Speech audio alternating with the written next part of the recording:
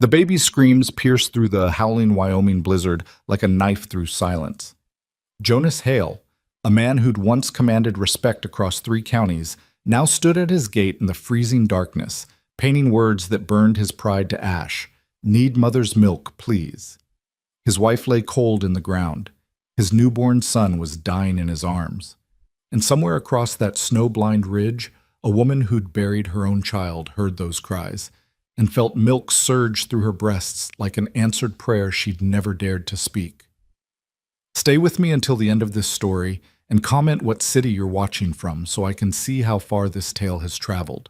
The wind had teeth that winter.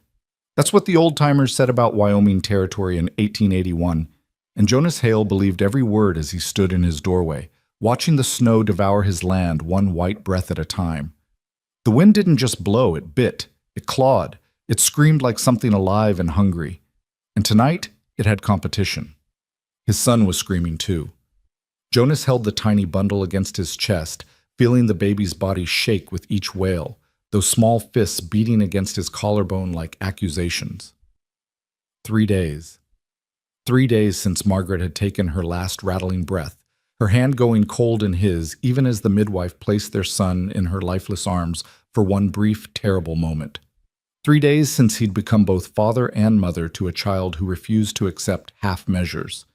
The baby wouldn't eat, wouldn't sleep, just cried and cried until Jonas thought his own mind would crack like ice on a pond. He'd tried everything. Goat's milk mixed with sugar water. The baby choked and screamed louder. Milk-soaked cloth to suck on, thrown aside with surprising strength for something so small. The neighbor woman, Mrs. Brennan, had come by with some concoction her grandmother swore by, but the baby projectile vomited it across Jonas's shirt and screamed until Mrs. Brennan fled, making the sign of the cross. "Some babies just don't take to substitutes," she'd said, backing toward her wagon. "They need what they need, Mr. Hale. Mother's milk or nothing." "Then find me a wet nurse," Jonas had begged, his voice cracking. "Please, I'll pay anything." Mrs. Brennan's face had softened with pity, which somehow made it worse. "Every woman with milk around here is feeding her own, Jonas. Times are hard. Nobody's got extra to spare, not even for money." That had been yesterday. Or maybe the day before. Time had become elastic, stretching and compressing in strange ways. Jonas hadn't slept more than 20 minutes at a stretch since Margaret died. He'd pace the cabin, bounce the baby, sing songs he half remembered from his own childhood, pray to a God he wasn't sure was listening. Nothing worked. The baby just screamed and screamed and screamed. Jonas looked down at his son's face, red and twisted with rage or hunger or grief, maybe all 3. The baby had Margaret's nose, he'd noticed. That small, slightly upturned nose that had made her look perpetually curious about the world. Seeing it on his son's face was a knife that twisted every time.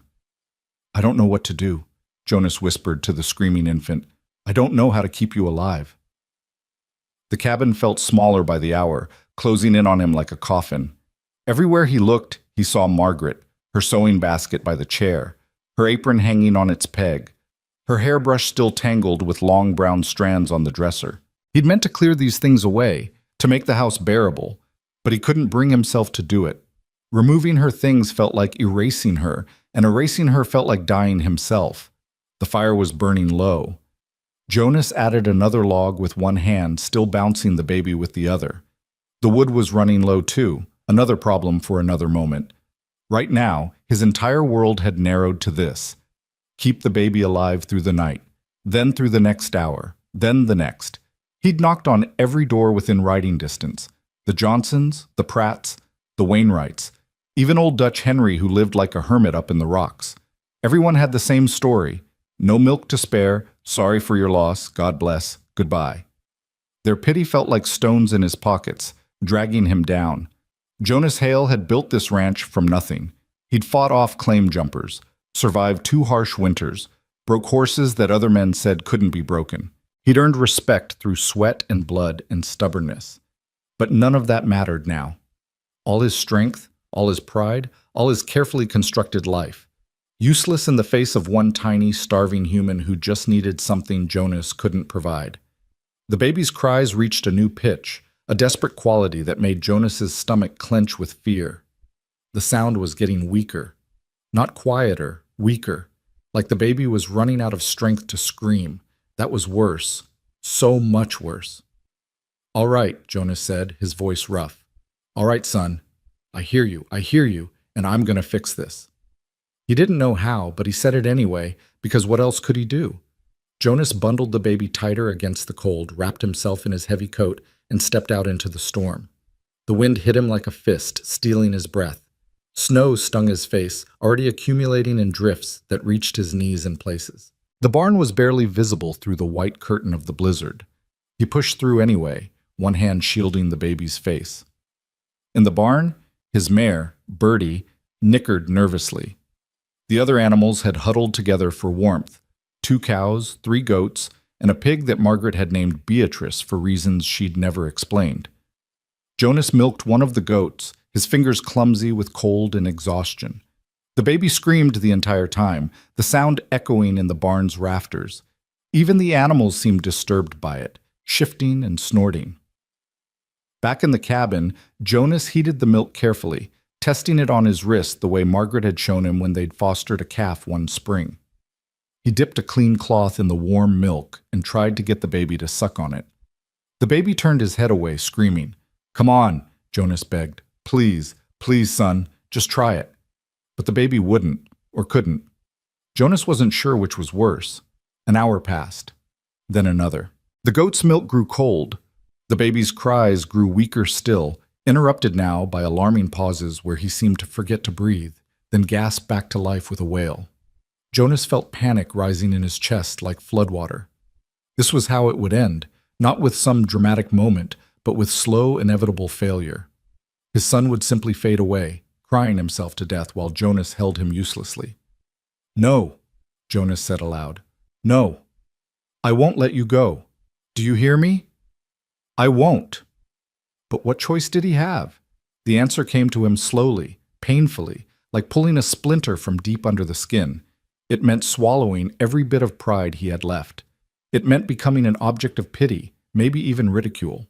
It meant publicly admitting his complete helplessness.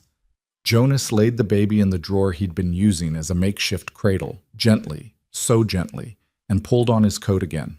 He found a scrap of woodboard and a brush with some old paint that Margaret had used to mark the feed sacks.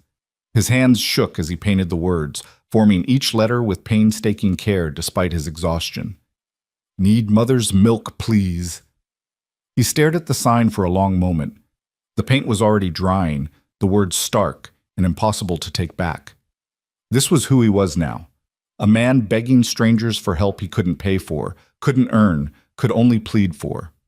Jonas carried the sign out into the storm and nailed it to his gatepost, where anyone passing on the road might see it. The wind tried to tear it from his hands. Snow was already accumulating on the fresh paint. But he drove the nails home anyway, 3 hard strikes with the hammer. There. Done. He stood there for a moment, breathing hard, snowflakes catching in his beard. The sign looked small and pathetic against the vast white landscape. The nearest road was half a mile away. In this storm, nobody would be traveling.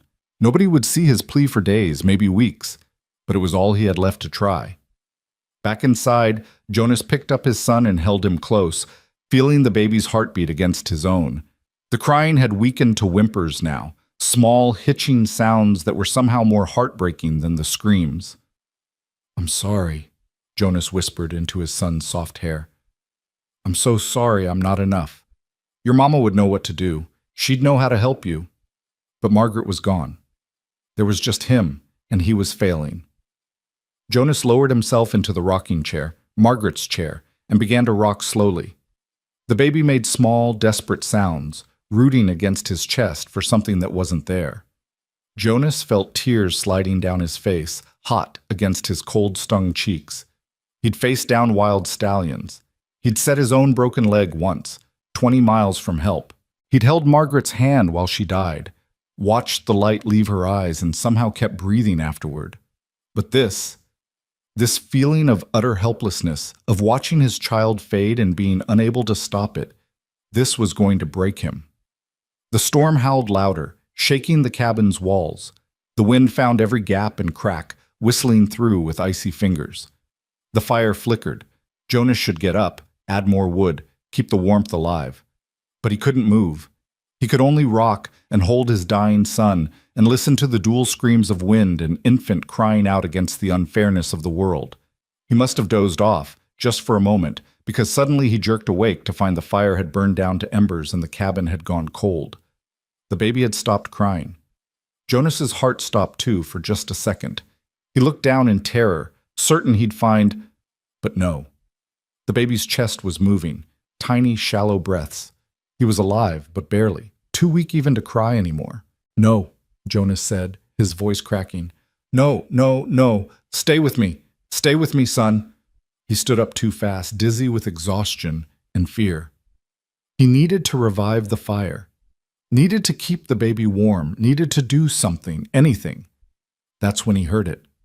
Through the screaming wind, through the rattle of the shutters and the groan of the cabin's timbers, he heard something else. A sound so faint he almost dismissed it as imagination. Footsteps. In the snow. Jonas rushed to the window, baby clutched to his chest.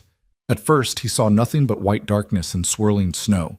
Then a shape emerged from the storm, a figure wrapped in dark cloth moving slowly toward the cabin. His first thought was that it was death itself, come to collect his son. His second thought was hope, desperate and painful. He stumbled to the door and wrenched it open. The wind roared in, bringing snow and cold and the shrouded figure with it. Jonas couldn't see a face, just layers of shawl and coat and wool wrapped tight against the storm. "Please," Jonas started to say, but his voice failed him. The figure stepped inside and pushed back the layers of cloth covering her face. It was a woman, someone Jonas recognized vaguely as living somewhere on the ridge beyond his northern pasture. He'd seen her at a distance a few times, but they'd never spoken. She was probably in her late 20s with dark hair plastered to her face by melting snow and eyes that looked haunted and fierce at the same time. "The baby," she said.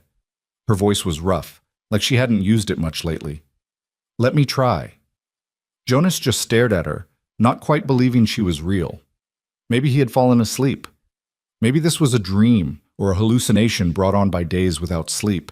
But then she moved forward and held out her arms, and the gesture was so real, so immediate and practical, that Jonas found himself handing over his son without quite meaning to.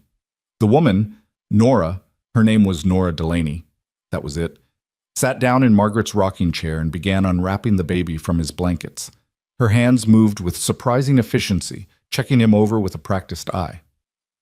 "When did your wife die?" she asked. 3 days ago. Fever, after the birth." Nora nodded, still focused on the baby. "And he hasn't eaten since? Won't take goat's milk. Won't take anything. I've tried everything I know." "Sometimes they won't," Nora said quietly. She unbuttoned her dress with one hand, matter of fact, no hesitation or embarrassment. "Sometimes they need what they need, and nothing else will do."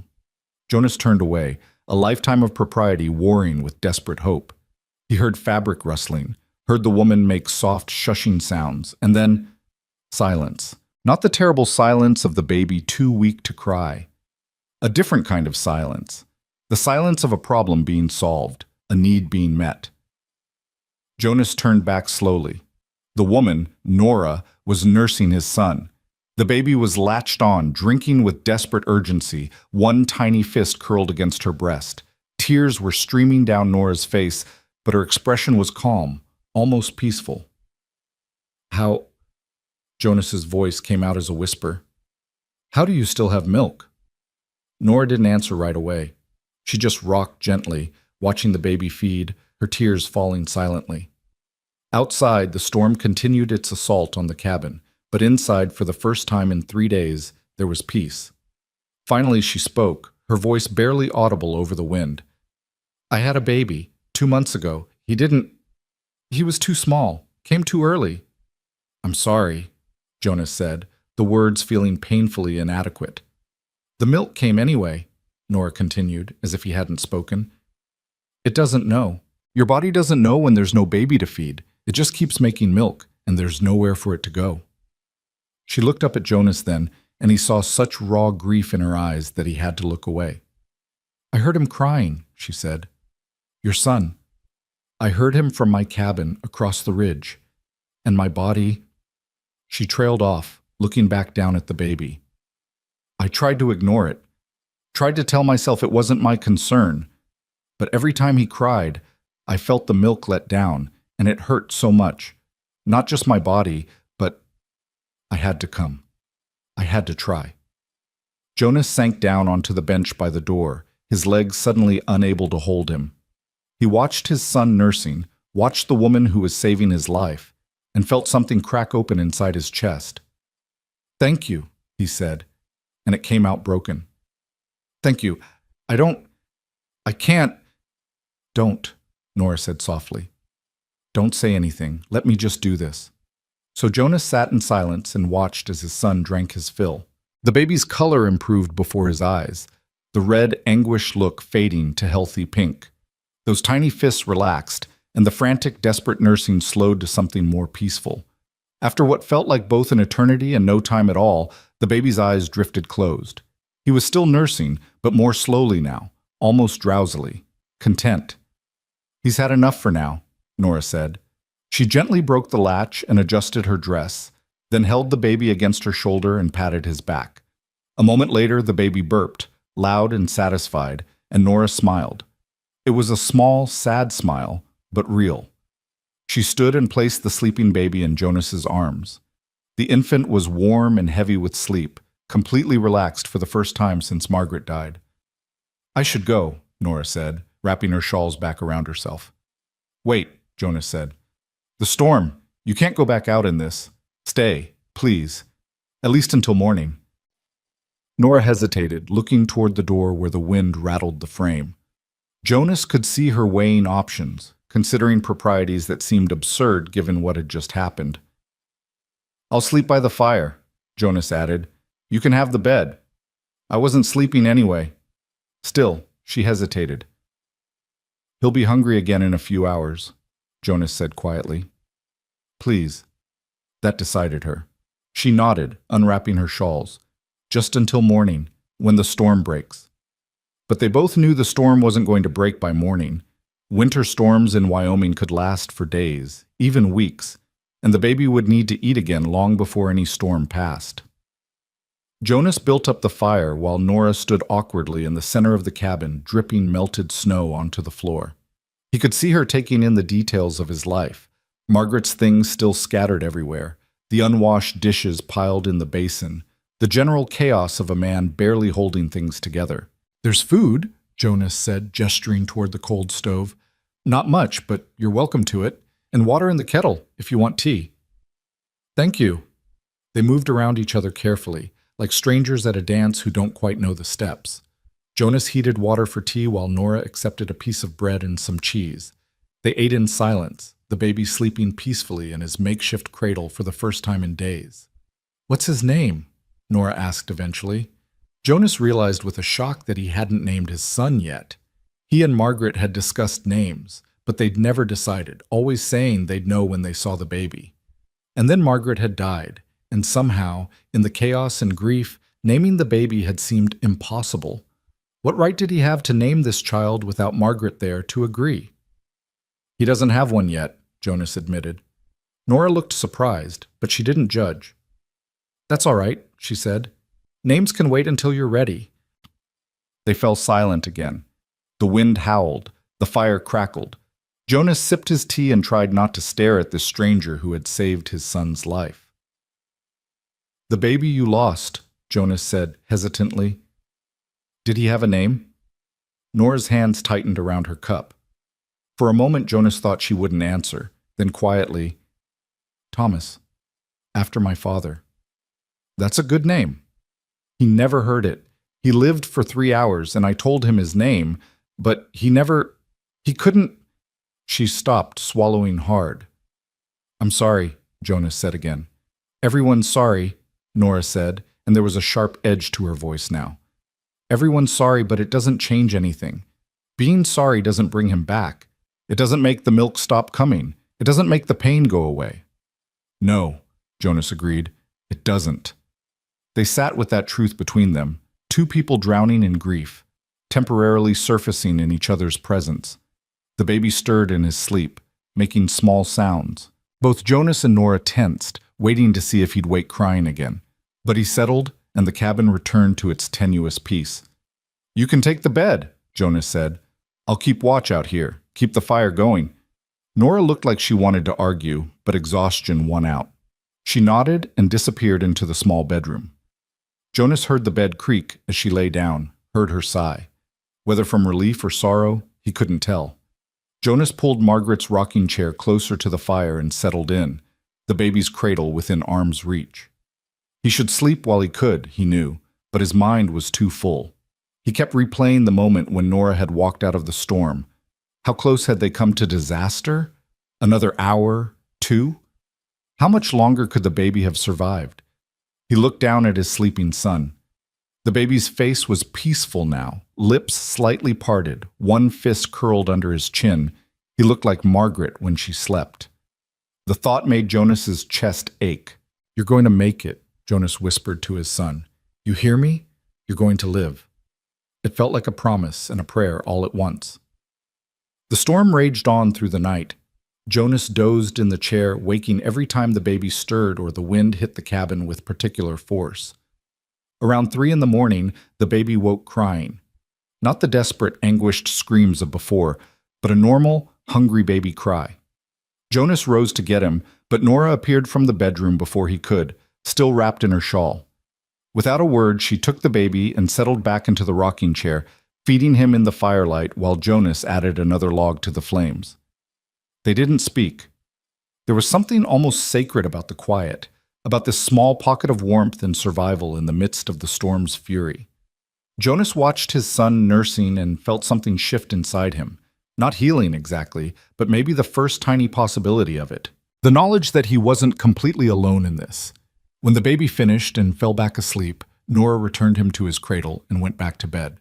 Jonas resumed his vigil by the fire, listening to the wind and thinking about the strange mercy of the universe, sending help from such an unexpected quarter.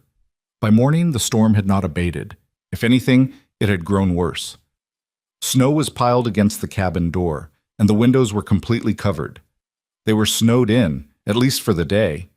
Nora emerged from the bedroom looking drawn and tired.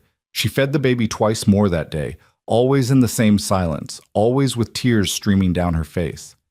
Jonas tried not to watch, tried to give her what privacy he could in the small cabin, but it was impossible not to see her grief, raw and fresh as his own. Between feedings, they worked together with an unspoken coordination. Jonas brought in wood from the covered pile near the back door. Nora cleaned the dishes and tidied the cabin, moving Margaret's things to one side. Not putting them away, Jonas noticed, just organizing them respectfully. He was grateful for that. He wasn't ready to put Margaret away yet. They ate simple meals, bread, cheese, some preserves Margaret had put up last summer. Jonas tried not to think about how those preserves had been meant to feed a family of 3 through the winter. Margaret had been so proud of them, so certain they'd see them through until spring. "Do you live alone?" Jonas asked during a quiet moment while the baby slept. Nora nodded. "My husband left 2 years ago, said he was going to find work in California. Never came back." "I'm sorry." "Don't be. He was a mean drunk. I was relieved when he didn't come back." She said it matter-of-factly, without self-pity. "How do you manage out here alone?" "Same as anyone. Work hard. Try not to think too much." She looked at him then, really looked at him. "Same as you'll have to do now, I imagine." Jonas nodded. She was right, of course. This was his life now, raising a son alone, keeping the ranch going, surviving. One day at a time, one feeding at a time, one breath at a time. The storm finally broke on the 3rd day. Jonas went outside to dig out the door and assess the damage. Snow had drifted higher than the fence posts in places. The barn was buried on one side. It would take days to dig out properly, and the work would be hard with a newborn to care for. Nora appeared beside him, wrapped in her shawls. "I should go home. Check on my animals." Jonas nodded, even though something in him wanted to protest. The thought of being alone again, of having to figure out how to feed his son without her help, it terrified him. "Will you come back?" he asked, hating how desperate he sounded. Nora looked at him for a long moment. "Twice a day," she said finally. "Morning and evening. I'll bring milk." "I can pay you. Whatever you need." "No!" She cut him off firmly. "No money. I'm not doing this for money." "Then what?" I'm doing it because my breasts hurt, she said bluntly. Because I hear your baby cry and my body responds whether I want it to or not. Because... She trailed off, looking away across the snow-covered valley. Because maybe feeding him helps. Maybe it gives Thomas's milk a purpose. Maybe it means something. Jonas wanted to say thank you, wanted to express the depth of his gratitude, but he could see that she didn't want his thanks, so he just nodded. Nora left shortly after, trudging through the deep snow toward her own cabin on the ridge. Jonas watched her go, then went back inside to his son, who was starting to fuss with hunger. The baby cried, and Jonas had to pace with him, bouncing and shushing, for nearly an hour before Nora could possibly return. But knowing she would return, knowing that help was coming, made it bearable in a way it hadn't been before. When Nora appeared at his door again that evening, carrying a jar of warm goat's milk and a small basket of eggs, Jonas felt something in his chest ease. Not happiness, not yet, but maybe the possibility of survival. She fed the baby without ceremony, then showed Jonas how to warm the goat's milk to the right temperature, how to store it properly, how to supplement between her visits. He'll fight it at first, she warned. He'll want only the breast. But if you're patient, he'll learn to take the bottle too. He needs to, or you'll never have any freedom. So Jonas learned. He learned how to hold the bottle at the right angle, how to burp his son, how to swaddle him tight enough to feel secure but not so tight he couldn't breathe. He learned the difference between hungry cries and tired cries and uncomfortable cries. He learned how to function on 2-hour stretches of sleep. And Nora came, every morning and every evening, trudging through the snow in her worn coat and boots. She fed the baby, left milk, and departed with minimal conversation. Sometimes she stayed for tea. Sometimes she didn't. But she always came. The weeks passed. The baby gained weight, grew stronger, started staying awake for longer periods. Jonas learned to manage the ranch work in between feedings, though he had to let some things go. The horses got less attention than they needed. The repairs he'd meant to do before spring would have to wait. But they survived. One morning, Jonas noticed that Nora's coat sleeve was torn badly, the fabric hanging loose and the stuffing visible. That evening, after she left, he spent an hour carefully stitching it closed. When she arrived the next morning, he handed it to her without comment. Nora looked at the mended sleeve, then at Jonas. Something passed between them, recognition perhaps of kindness given and received. "Thank you," she said quietly. The next day, Jonas found the broken eave of his roof had been mended, and he knew without asking that Nora had done it. They began leaving small gifts for each other, a jar of jam, a repaired tool, a bundle of kindling. Never with explanation, never with fuss, just quiet gestures of care that made the harsh days slightly more bearable. Spring seemed impossibly far away. The snow kept coming. The wind kept howling. But in the small, warm cabin, with a baby growing stronger by the day, Jonas began to feel the faintest stirring of something he'd thought was dead forever. Not happiness. Not yet. But hope. The fragile, tentative hope that maybe, somehow, they would all survive this winter, together. The morning Nora didn't come, Jonas knew something was wrong. He'd been awake since before dawn, the baby fussing in that particular way that meant he was building up to a real cry. Jonas had tried the bottle first, warming the goat's milk to exactly the right temperature the way Nora had shown him, but his son had pushed it away with surprising strength for something so small, turning his head and whimpering with frustration. I know, Jonas murmured, pacing the cabin with the baby against his shoulder. "She'll be here soon, just hold on a little longer." But the sun climbed higher, and Nora didn't appear. The baby's whimpers turned to cries, then to full-throated wails. Jonas kept going to the window, looking out across the snow-covered ridge toward where he knew her cabin stood, just barely visible as a dark shape against the white landscape. By mid-morning, the baby was inconsolable, and Jonas was fighting panic. Something had happened. Something was wrong. Nora had never missed a feeding, not once in the 6 weeks since she'd first appeared at his door during the storm. Jonas bundled the screaming baby into every blanket he could find, wrapped himself in his heavy coat, and set out across the snow. The drifts were deep still, some places reaching his thighs, and carrying the baby while breaking trail was exhausting work, but fear drove him forward. "It's all right," he kept saying to his son, though the baby couldn't possibly hear him over his own screaming. We're going to find her. She'll know what to do. The trek that might have taken 15 minutes in summer took nearly 45 in the deep snow. By the time Jonas reached Nora's cabin, his legs were shaking with effort, and his arms ached from holding the baby. But none of that mattered when he saw the state of the place. The cabin was smaller than his, barely more than a shed really, with one broken window covered by a scrap of oilcloth that flapped in the breeze. Snow had drifted against the door. No smoke came from the chimney. "Nora," Jonas called, pounding on the door. "Nora, it's Jonas Hale. Are you there?" No answer. Just the baby's cries and the whistle of wind through the pines. Jonas tried the door and found it unlocked. He pushed inside, blinking in the dimness. The cabin was freezing, colder inside than out it seemed, and dark except for thin light filtering through cracks in the walls. As his eyes adjusted, he saw her.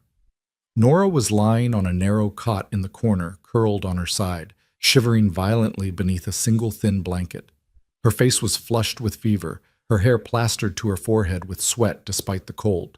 Next to the cot, on an upturned crate that served as a table, sat a tin cup of milk, still full, meant for his son, and beside it, a small wooden cross and a scrap of blue cloth. Jonas's breath caught in his throat. He understood immediately what he was seeing. This was where she'd kept her grief, her private shrine to the son she'd lost. The blue cloth must have been something of the baby's. A blanket, maybe, or a piece of clothing he'd never gotten to wear. "Nora," Jonas said, moving to her side. He shifted the baby to one arm and touched her forehead with his free hand. She was burning up. Her eyes fluttered open, unfocused. "Thomas?" she whispered. "No, it's Jonas. Jonas Hale. You're sick. How long have you been like this?" "I don't... Since yesterday, I think. Maybe longer." Her voice was weak, barely audible. "The baby, is he... Did you bring... He's here. He's fine. But you're not. When did you last eat? Drink anything?" Nora tried to shake her head but winced at the movement. "Water's frozen. Couldn't get the fire started. Too tired." Jonas looked around the cabin with growing horror. There was almost no firewood. What little food he could see, a few potatoes, some dried beans, was stored in a crate in the corner. The place was barely fit for summer living, let alone a Wyoming winter. How had she been surviving here? The baby's cries reached a new pitch of desperation, and Jonas felt torn between two impossible needs. His son needed to eat. Nora needed help. He couldn't do both at once. "Nora, I need to get you to my cabin. Can you stand?" "Can't," she mumbled. "Too heavy. Everything's too heavy." Jonas made a quick decision. He laid the screaming baby on the cot next to Nora, the only flat surface in the cabin, and grabbed the tin of milk she'd prepared. It was cold now, but it would have to do. He held it to the baby's lips, and after a moment of resistance, the baby began to drink. Not happily, and not much, but enough to quiet him to whimpers. Then Jonas turned his attention to Nora. He found a bucket near the door, broke the ice that had formed on top, and brought it inside. He used his knife to chip off pieces of ice, melting them in his hands and bringing water to Nora's lips. "Drink," he commanded. "Just a little. Come on." She drank, coughing, but got some down. Jonas pulled the blanket up higher around her shoulders and looked around desperately for anything else that might help. He found matches and got a small fire started in the iron stove, feeding it what little wood there was. The cabin began to warm, fractionally, but it wasn't enough. She needed medicine, warmth, food. She needed more help than he could give her here in this freezing shed. Jonas gathered up the baby, who had fallen into an exhausted sleep after drinking a bit of the milk. Then he bent down and scooped Nora into his arms. She was lighter than he'd expected, too light. How long had she been going hungry? "What are you doing?" Nora protested weakly. "Put me down. I'm fine." "You're not fine. I'm taking you home. This is home." "Then I'm taking you to my home." Nora tried to struggle, but she had no strength left. "Can't. Not proper. People will talk." "Let them talk," Jonas said grimly. "I'd rather have you alive and scandalous than dead and respectable." The walk back was a nightmare. Carrying both Nora and the baby, breaking trail through snow that seemed determined to hold him back, Jonas felt every one of his 34 years. His back screamed in protest. His legs threatened to give out. But he kept moving, one step at a time, because stopping meant failing, and he'd failed enough people lately. Halfway back, Nora began to shake violently in his arms, her teeth chattering so hard he could hear them clicking together. "Almost there," Jonas told her, though his own breath was coming in ragged gasps. "Just hold on. Almost there." By the time he reached his cabin, Jonas was running on pure stubbornness and fear. He kicked the door open, carried Nora to his bed, and laid her down as gently as his shaking arms would allow. The baby he placed in the cradle, still sleeping despite everything. Then Jonas set to work. He built up the fire until the cabin was almost uncomfortably warm. He heated water and made tea with the last of Margaret's herbs, mint and chamomile, things she'd used for fever. He found extra blankets and piled them on Nora until only her face was visible. She drifted in and out of consciousness, sometimes lucid, sometimes calling for Thomas, sometimes for someone named James, her husband, Jonas guessed, the one who'd abandoned her. Once she cried out in pain, clutching at her chest, and Jonas realized with a shock that her breasts must be painfully engorged. She hadn't nursed since yesterday, maybe longer. The baby woke screaming again, hungry despite the small amount of milk he'd had. Jonas looked at Nora, then at his son, and felt the weight of an impossible decision. "Nora," he said, touching her shoulder gently. "Nora, can you hear me? The baby needs to eat." Her eyes opened, glassy with fever. "Thomas?" "No. My son. He needs you." Understanding flickered across her face. She tried to nod, tried to move, but couldn't manage it. Jonas made the decision for her. He gently pulled back the blankets, helped her shift to her side, and brought the baby to her breast. The baby latched immediately, drinking with desperate hunger. And Nora, even in the grip of fever, even barely conscious, seemed to relax as the pressure eased. A tear slid down her temple. "Thank you," Jonas whispered. "Thank you for keeping him alive. Now let me keep you alive. Fair trade." Over the next 3 days, Jonas barely slept. He tended the fire, forced water and broth between Nora's lips when she was conscious enough to swallow, and cared for his son as best he could. The baby was patient, in his way, seeming to understand that something was wrong. He cried less, slept more, and when Nora was able to nurse him, which was only sometimes when her fever broke long enough for her to be aware, he drank gently, as if he knew she was fragile. Jonas discovered things about Nora during those days, in the moments when fever made her delirious and her carefully guarded privacy fell away. She talked about Thomas, about holding him for 3 hours while he struggled to breathe, about digging his grave herself because she couldn't bear to let anyone else touch him. She talked about her husband, James, about the first time he hit her, about the relief she'd felt when he finally left. She talked about her mother, who died when Nora was 12, and how she'd learned to survive alone even then. She talked about loneliness, about the crushing weight of silence, about days when she'd stood at the edge of the ridge and wondered what it would be like to just step off.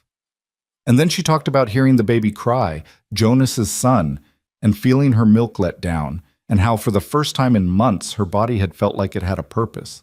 Jonas listened to it all, wiping her forehead with cool cloths, spooning broth into her mouth, and keeping vigil through the long nights. On the 3rd night, her fever finally broke.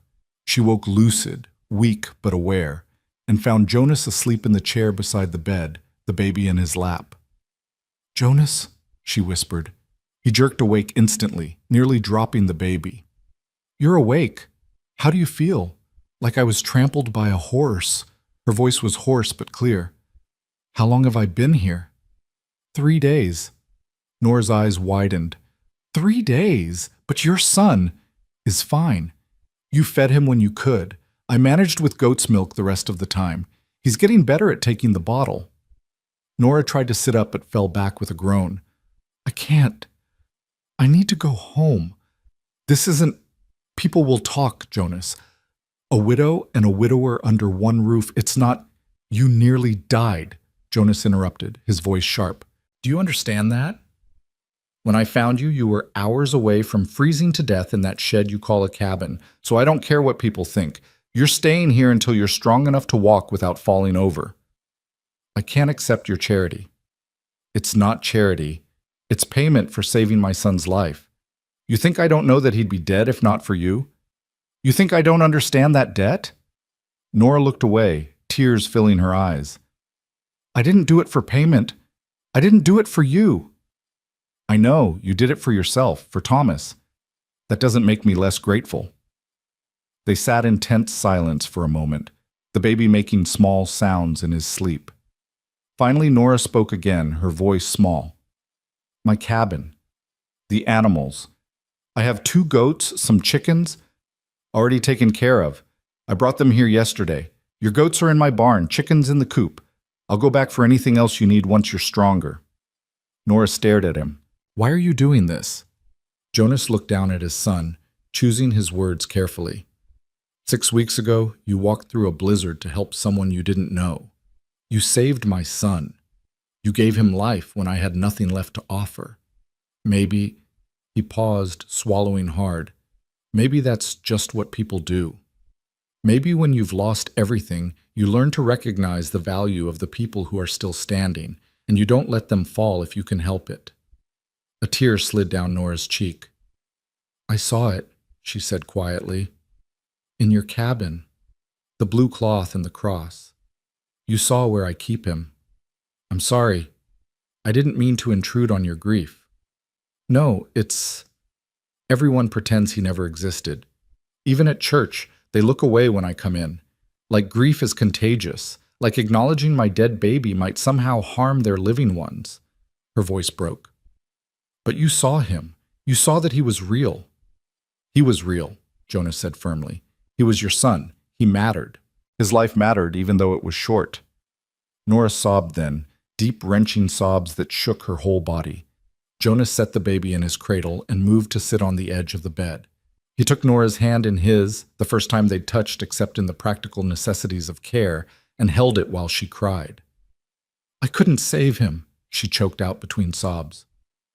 "He was so small, and I couldn't save him. I tried everything. I prayed and begged and promised God anything, but Thomas he just stopped breathing, and I couldn't do anything."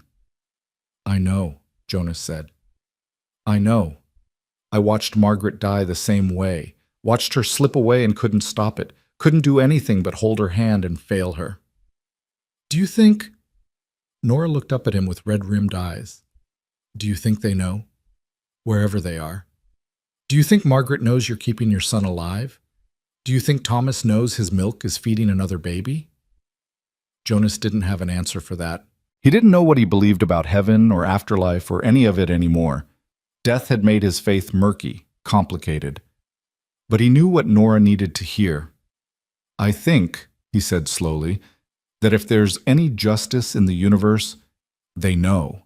And I think they're grateful. I think Margaret is grateful that a woman brave enough to walk through a storm is keeping her son alive.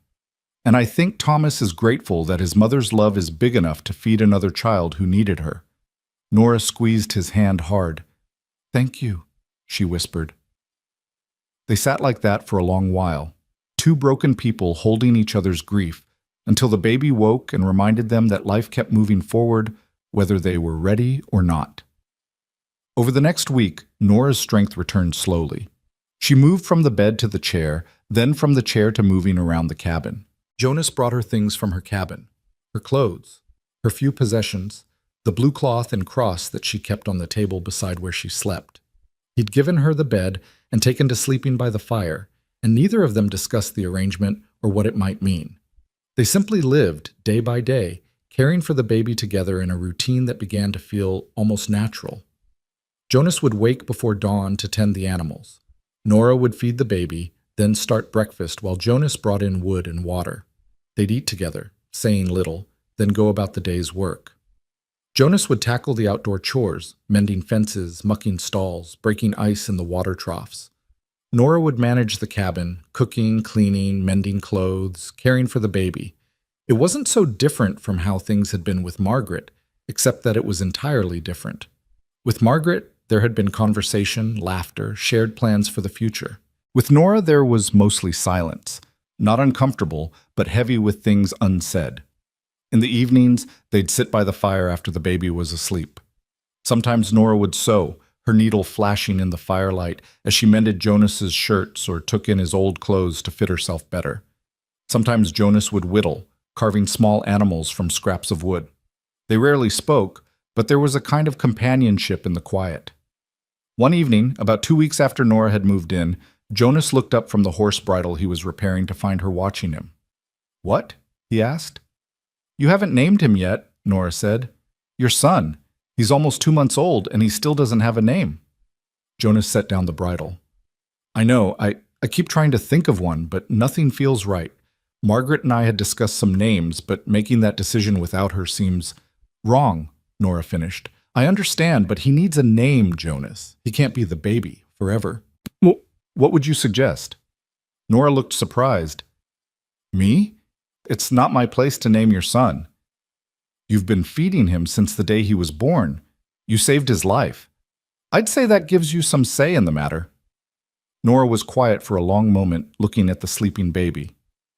"Samuel," she said finally, "it means God has heard. In the Bible, Hannah prayed for a son, and when she finally had one, she named him Samuel because God heard her prayers." "Samuel," Jonas repeated, testing the name. It felt right in his mouth, solid and real. "Samuel Hale." "You don't have to—" "No, it's perfect. It's exactly right." Jonas looked at Nora. "Thank you for everything, for saving him, for staying, for—" He trailed off, not quite sure how to articulate what he meant. "For giving us both a reason to keep living," Nora offered quietly. "Yes, that." The next morning, Jonas rode into town, his first trip since Margaret's funeral. He needed supplies, but more than that, he needed to file the birth certificate that had been sitting blank on his desk for 2 months. Samuel Thomas Hale, he wrote in careful letters. Born January 15, 1881. Mother, Margaret Ann Hale, deceased. Father, Jonas William Hale. He paused with the pen, then added one more line in smaller letters at the bottom. Wet nurse, Nora Delaney, who gave him life when I could not. The clerk at the registrar's office raised his eyebrows when he saw the notation, but said nothing. Jonas didn't care. Let people know. Let them understand the debt he owed. At the general store, Jonas bought flour, sugar, coffee, and cloth for new dresses for Nora. Her clothes were worn thin in places. Mrs. Patterson, the shopkeeper's wife, watched his purchases with calculating eyes. "Heard you've got a woman staying out at your place," she said, her voice dripping with false sweetness. "News travels fast," Jonas replied neutrally. "Well, it's just that people are concerned, Mr. Hale. A man and a woman, unmarried, living under one roof. It sets a certain example." Jonas set down the bolt of cloth with more force than necessary. "Mrs. Patterson, that woman walked through a blizzard to save my son's life, when everyone else in this valley turned me away. She nearly died herself because she was too busy keeping Samuel alive to take care of her own health. So if people want to talk, let them talk. But anyone who thinks there's something improper happening clearly doesn't understand what it means to survive." Mrs. Patterson's face flushed red. "Well, I never—" "Good day, Mrs. Patterson." Jonas gathered his purchases and left before she could say more. But the damage was done. By the time Jonas returned home, he'd passed 3 separate groups of people who'd stopped their conversations when they saw him, their eyes following him with speculation. The weight of their judgment settled on his shoulders like snow. Nora was kneading bread when he came in, flour dusted across her nose. Samuel was asleep in a basket on the table, and the cabin smelled like yeast and warmth. It looked, Jonas realized with a start, like a home. Not the hollow shell he'd been living in since Margaret died, but an actual home with life and purpose. "How was town?" Nora asked. "Fine. Got what we needed." Jonas set down the supplies and pulled out the cloth. "This is for you, for new dresses." Nora stared at the fabric, her hands going still in the dough. "Jonas, I can't accept." "Consider it payment for nursing Samuel. You've been here 6 weeks and I haven't given you anything in return. You've given me a roof, food, warmth. That's more than enough." "It's not enough. Not for what you've done." They looked at each other across the table, and Jonas saw understanding dawn in Nora's eyes. She'd heard it too, the edge in his voice, the tension in his shoulders. Something had happened in town. What did they say? she asked quietly. Nothing that matters. Jonas. He sighed and sank into a chair. Mrs. Patterson made it clear that people are talking, about you living here, about what that means. Nora's face went pale. I should leave. I should have left weeks ago. I didn't want to leave Samuel, and I wasn't strong enough, but now I'm better, so I should... No, Jonas said firmly. You're not going anywhere. But your reputation, my reputation. Nora, my wife is dead, my son almost died, and I had to beg for help like a dog. My reputation is already ruined, but Samuel is alive because of you. That's all that matters. Jonas, you don't understand. If this continues, if people keep talking, they can make life very difficult for you. They can refuse to do business with you. They can make it so you can't buy supplies, can't sell your horses. The church elders could even take your land if they decide your household is immoral. Jonas stared at her. They can do that? They've done it before. To a woman 2 valleys over who was living with a man she wasn't married to. They declared her household sinful and gave her land to the church. Nora's hands twisted in her apron. I won't let that happen to you. I'll leave tomorrow. And go where? Back to that freezing shed? You nearly died there, Nora. Then I'll go somewhere else. I'll find work in town or what? We both know there's no work for a woman alone. No respectable work, anyway. They sat in heavy silence. Samuel stirred in his basket, making small sounds but not waking. Jonas watched his son, Samuel, he had a name now, and felt anger building in his chest. This is wrong, he said. You saved a baby's life. That should be celebrated, not condemned. That's not how the world works, Jonas. You know that. He did know that. But knowing it and accepting it were different things. There's one solution, Nora said quietly, not meeting his eyes. One way to make this respectable. Jonas understood what she was suggesting before she said it. Marriage. It would solve everything. You'd have help with Samuel, I'd have a home, and no one could say anything improper was happening. Marriage should be for love, not convenience. Should be. But we're both too old and too broken for should be, aren't we? Nora finally looked at him, and he saw tears in her eyes. I'm not talking about a real marriage, Jonas, just a practical arrangement. We'd live as we've been living, separate beds, separate lives, just with legal papers that keep the church elders away. Jonas thought about Margaret, about the love they'd shared. He thought about promising forever to someone else, even if it was just on paper. It felt like betrayal. But then he thought about Samuel growing up without Nora, about trying to find another wet nurse, about the very real possibility of losing his land and having nowhere to raise his son. He thought about Nora going back to that freezing cabin to live alone with her grief. Let me think about it, he said finally. Nora nodded and went back to kneading bread, but Jonas could see her hands shaking. That night, after Nora had gone to bed, Jonas sat by the fire with Samuel in his lap. The baby was awake, staring up at him with serious eyes. Your mother would know what to do, Jonas told his son. She always knew the right thing, but I'm lost, Samuel. I don't know if I can promise forever to someone else, even if it makes sense, even if it keeps us safe. Samuel yawned and grabbed Jonas's finger, holding tight. But if I don't, Jonas continued, I lose you, or I lose Nora, or maybe both. And I can't lose anyone else. I don't have it in me to survive another loss. The fire crackled, the wind howled outside, and Jonas sat holding his son, trying to find an answer in the flames that wouldn't come. The answer came 3 days later, but not in the way Jonas expected. He was in the barn, mucking out stalls while Samuel napped in the cabin with Nora, when he heard horses approaching. Jonas straightened, wiping sweat from his forehead despite the cold, and walked to the barn door.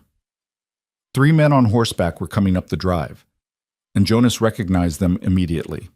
Pastor William Gentry in the lead, flanked by Deacon Marsh and Councilman Porter, the church elders. Jonas's stomach dropped. This wasn't a social call. He walked out to meet them, trying to keep his expression neutral. Gentlemen, what brings you out here? Pastor Gentry dismounted, his face grave beneath his black hat. He was a tall man, thin as a rail, with the kind of stern righteousness that made children behave in church and adults squirm under his gaze. "Mr. Hale, we need to speak with you. It's a matter of some delicacy." "All right, come inside. I'll make coffee." "That won't be necessary," the pastor said quickly. "What we have to say is best said out here, away from others." So they knew Nora was inside. Of course they did. Everyone knew everything in this valley, usually before it even happened. Jonas crossed his arms over his chest. "Then say what you came to say." Pastor Gentry exchanged glances with the other two men. Deacon Marsh looked uncomfortable, but Councilman Porter's face was hard and unforgiving. The pastor cleared his throat. "It has come to our attention that you are living in sin, Mr. Hale, that you have taken a woman into your home, into your bed, without the sanctity of marriage." "Now wait just a minute," Jonas started, but the pastor held up his hand. "Please, let me finish. We understand that you've been through a terrible trial, the loss of your wife, the struggle with your infant son, but that does not excuse immorality. The Bible is clear on this matter. A man and woman living together outside of wedlock is fornication, and fornication is a sin. We're not—" Jonas felt his face flush hot. "Nothing improper is happening under my roof, Pastor. Mrs. Delaney has been caring for my son. That's all." "Then why?" Councilman Porter spoke up, his voice sharp. "Has she been living here for nearly 2 months? Why hasn't she returned to her own home?" "Because she was sick. She nearly died. I wasn't going to turn her out in the snow." "Christian charity is admirable," Pastor Gentry said, "but there are limits to what is appropriate. The woman has recovered her health, has she not? Yet she remains. People are talking, Mr. Hale. They're saying that you've taken a mistress before your wife is even cold in the ground." Jonas felt something dangerous rise in his chest, hot and sharp as broken glass. "People can say whatever they want. It doesn't make it true." "Perception is often more powerful than truth," the pastor replied. "And the perception is damaging not just to you, but to Mrs. Delaney and to the moral fabric of our community. Children see these things, Mr. Hale. They learn from the examples we set." "The example I'm setting," Jonas said through gritted teeth, "is that when someone saves your child's life, you don't abandon them. When someone shows mercy, you show mercy in return." Deacon Marsh finally spoke, his voice gentler than the others. "Jonas, we know what Mrs. Delaney did for your boy. We're not ungrateful for that, but surely you can see that the current arrangement is untenable." "What are you asking me to do?" The three men exchanged another look. Then Pastor Gentry spoke, his voice taking on the tone he used for sermons. "We're giving you a choice, Mr. Hale. Either you marry Mrs. Delaney and make this arrangement lawful in the eyes of God and man, or she leaves your home, today. And if I refuse, if I tell you to mind your own business," Councilman Porter's expression grew even harder, "then we will have no choice but to declare your household immoral and unfit. As a council member, I have the authority to recommend the seizure of property that's being used for immoral purposes. We could take this land, Mr. Hale. We could take everything you and your late wife built." Jonas stared at them, unable to believe what he was hearing. "You'd take my land? Make my son homeless? For what? For giving shelter to someone who needed it?" "For living in sin," Pastor Gentry said firmly. "The law is clear on this. We've done it before, and we'll do it again if we must. We're trying to give you a way out, Jonas. Marry the woman, make it right with God, then no one can say a word against you. And if she doesn't want to marry me, then convince her," Councilman Porter said coldly. "You have until Sunday. That's 4 days. Either you both stand before Pastor Gentry and take your vows, or Mrs. Delaney leaves and we'll hear no more about it. Those are your options." They mounted their horses then, and Pastor Gentry looked down at Jonas with something that might have been pity. "I know this seems harsh, Jonas, but we're trying to save your soul and hers. Sometimes salvation requires difficult choices." Jonas watched them ride away, his hands clenched into fists at his sides. He stood there until they disappeared over the ridge, then turned and walked slowly back toward the cabin. Through the window, he could see Nora sitting by the fire, holding Samuel. She looked up when Jonas came through the door, and her face went pale. "I heard horses," she said. "Who was it?" Jonas told her. He watched the color drain from her face as he explained what the church elders had demanded, watched her hands tighten around Samuel until the baby squirmed in protest. 4 days, she whispered when he finished. They're giving us 4 days. I won't let them take the land, Jonas said. I won't let them make Samuel homeless. But Nora, I also won't force you into a marriage you don't want. If you want to leave, I'll understand. I'll figure something else out. Nora stood and placed Samuel in his cradle, then walked to the window and stared out at the snowy landscape. When she spoke, her voice was so quiet, Jonas had to strain to hear it. Everyone I've loved has died, she said. My mother when I was 12. My husband, well, he didn't die, but he left, and that's its own kind of death. And Thomas, her voice broke on her son's name. Thomas died in my arms, and I couldn't save him. I couldn't do anything but hold him and watch him go. Nora, I'm afraid, she continued, as if he hadn't spoken. I'm afraid that if I let myself care about you, about Samuel, if I let myself belong here, something terrible will happen. That's how it works for me, Jonas. I love people, and they leave. They die or they go away, and I'm left alone again. Jonas moved to stand beside her at the window. I can't promise you that nothing bad will ever happen, he said quietly. I can't promise I won't die, or Samuel won't get sick, or that life won't be hard, because it will be. Life is hard, and people die, and nothing is certain. Then why would I risk it? Because the alternative is being alone, and I think being alone might be its own kind of dying, just slower. Nora turned to look at him then, tears streaming down her face. I can't survive losing someone else, Jonas. I can't. It will break me completely. Then maybe, Jonas said, we'll just have to try not to lose each other.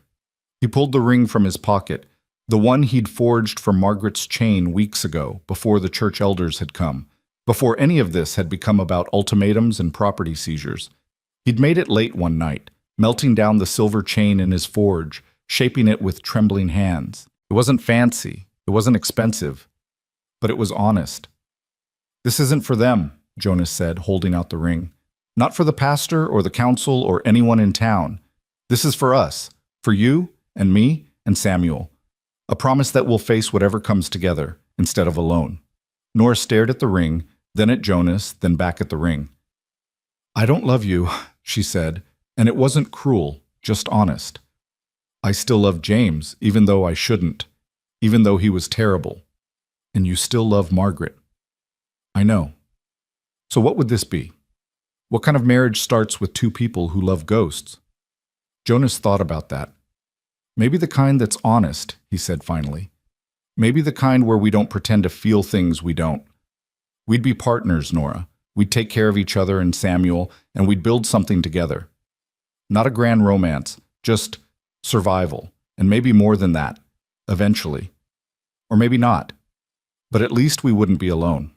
Nora looked at Samuel, sleeping peacefully in his cradle.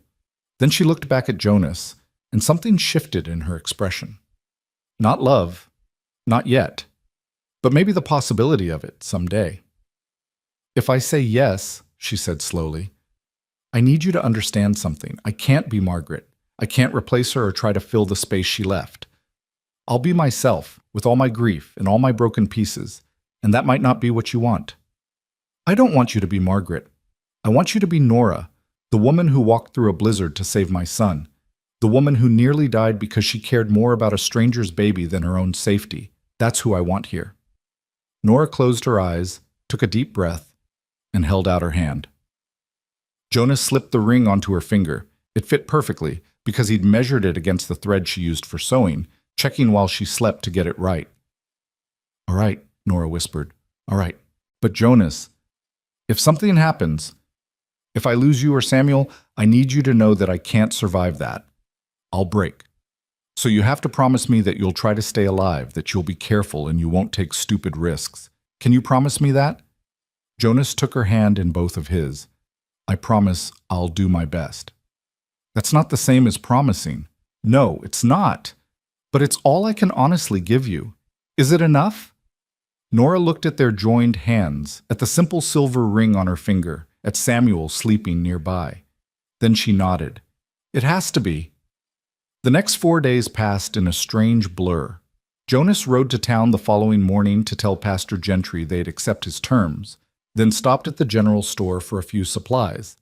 Mrs. Patterson was there again, her eyes lighting up with curiosity when she saw him. "Heard the elders paid you a visit," she said, not bothering with pretense. "News travels fast." "So? What did you decide?" Jonas met her gaze steadily. "Mrs. Delaney and I will be married on Sunday. I hope you'll wish us well." Mrs. Patterson's mouth fell open in surprise. Whatever she'd been expecting, it wasn't that. "Married? Well, that's very sudden, isn't it?" "Not as sudden as death," Jonas said quietly. "When you've lost as much as we have, you learn not to waste time." He left before she could respond, but he heard her calling to someone else in the store as the door closed behind him. By nightfall, the whole valley would know. Back at the cabin, Jonas found Nora in a state of quiet panic. She'd dragged out the trunk that held Margaret's clothes and was staring at them with a stricken expression. "I can't wear her dress," Nora said when Jonas came in. "For the wedding. I can't wear Margaret's dress. It would be wrong." Jonas looked at the beautiful blue dress Margaret had worn on their wedding day, carefully preserved in tissue paper. He remembered helping her out of it later that night, remembered the way she'd laughed and called him impatient. The memory hurt, sharp and sweet at the same time. "You're right," he said. "That dress was hers. You need something that's yours." "I don't have anything suitable. My clothes are all worn out, and we don't have time to make a new dress, and—" "We'll figure it out," Jonas interrupted gently. "Tomorrow, I'll ride to town again. There's a seamstress there, Mrs. Chen. She might have something, or she can alter something quickly." "Jonas, we can't afford—" "Yes, we can, and even if we couldn't, I'd find a way. You're not standing up in front of the whole town in a worn-out dress. You'll have something nice, something that makes you feel—" He searched for the right word. "Like yourself." Nora's eyes filled with tears. "I don't even know who that is anymore. I've been so many people. James's wife, Thomas's mother, your son's wet nurse. But who am I? Just as Nora."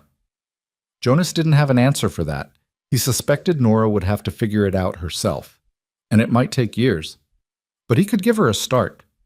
The next day he rode to town and found Mrs. Chen in her small shop above the dry goods store.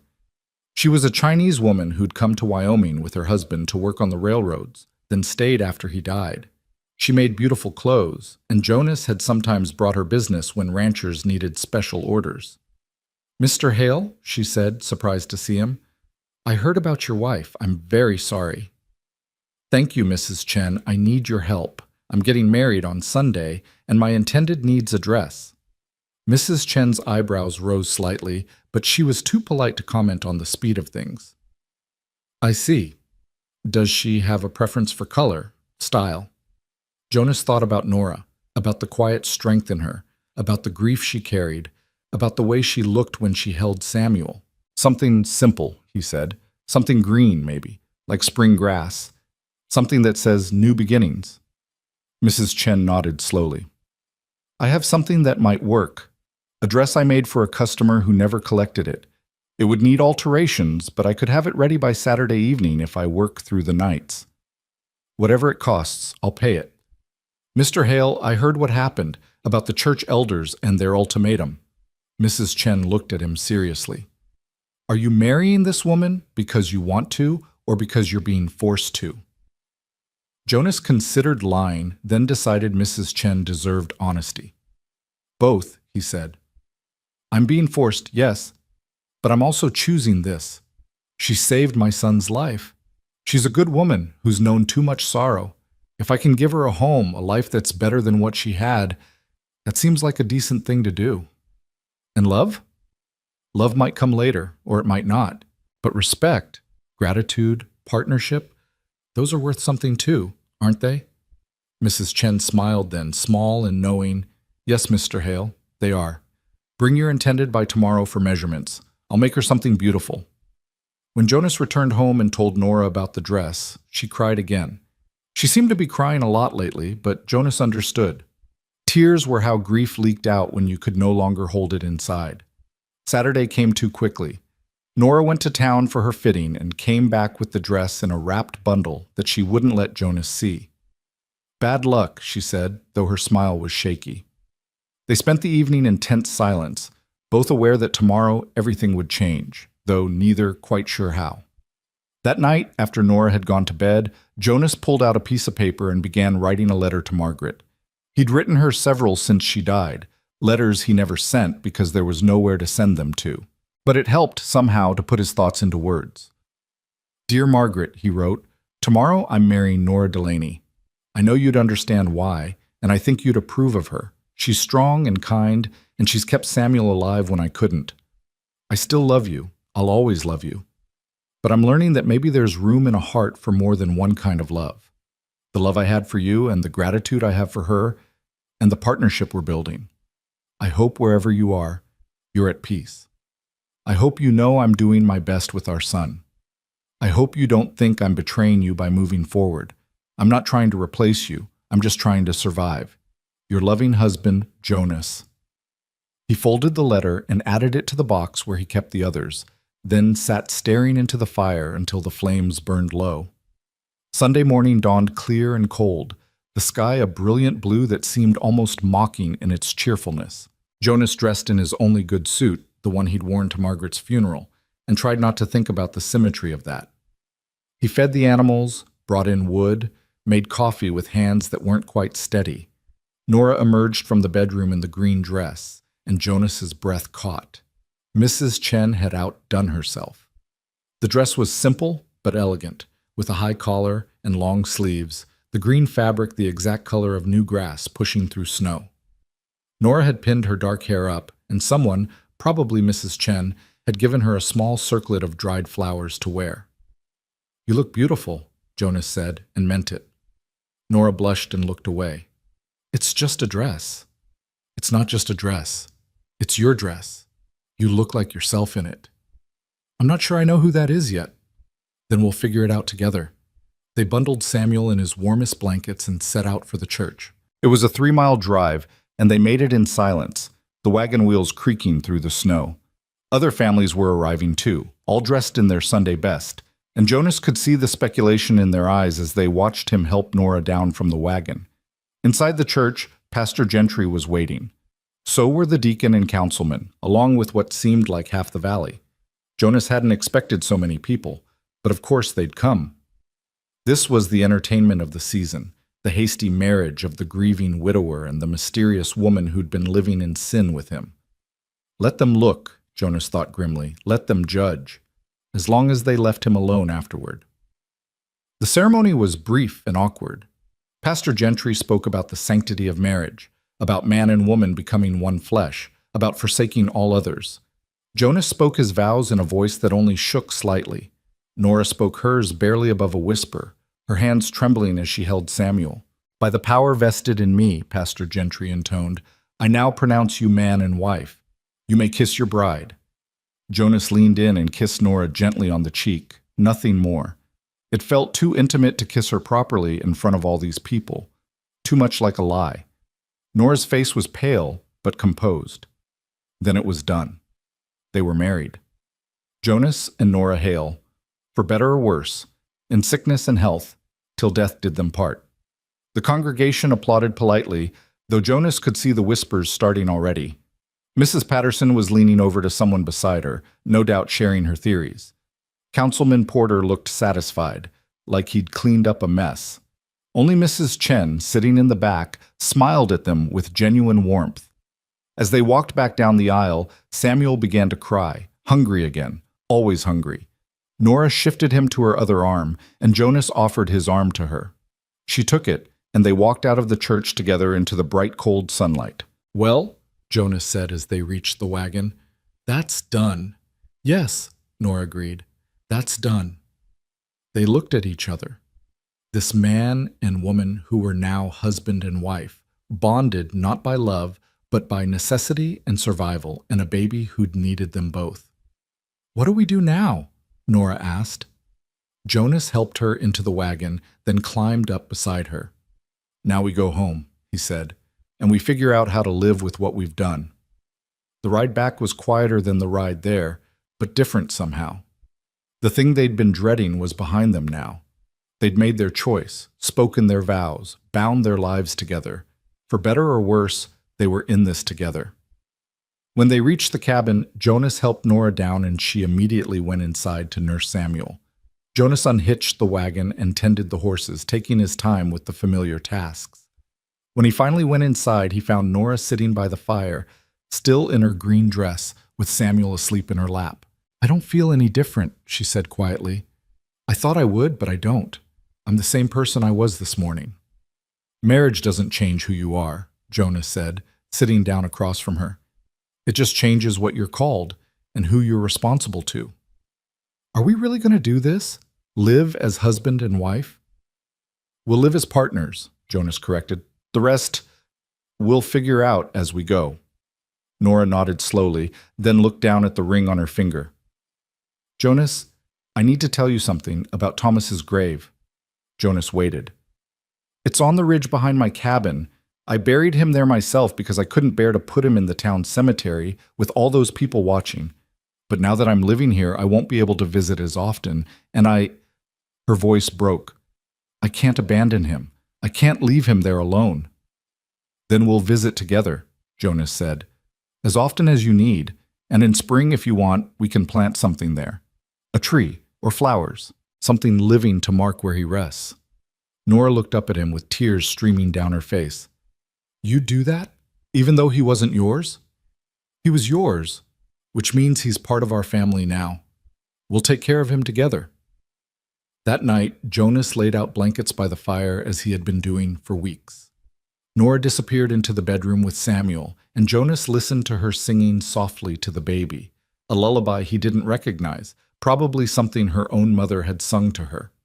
He lay awake for a long time, staring at the ceiling and thinking about the strange turn his life had taken. 6 months ago, he'd been happily married with a child on the way and a prosperous ranch. Now he was married again to a woman he barely knew, bound together by desperation and a screaming baby. It wasn't the life he'd planned, but then life rarely was. From the bedroom, he heard Nora crying softly, trying to muffle the sound. Jonas closed his eyes and pretended not to hear, giving her the privacy she needed for her grief. They were married now, but they were still strangers in so many ways. Trust would take time. Comfort would take time. But at least they had time now.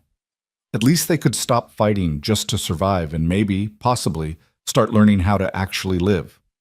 Outside, the wind picked up, rattling the shutters. Spring still seemed impossibly far away.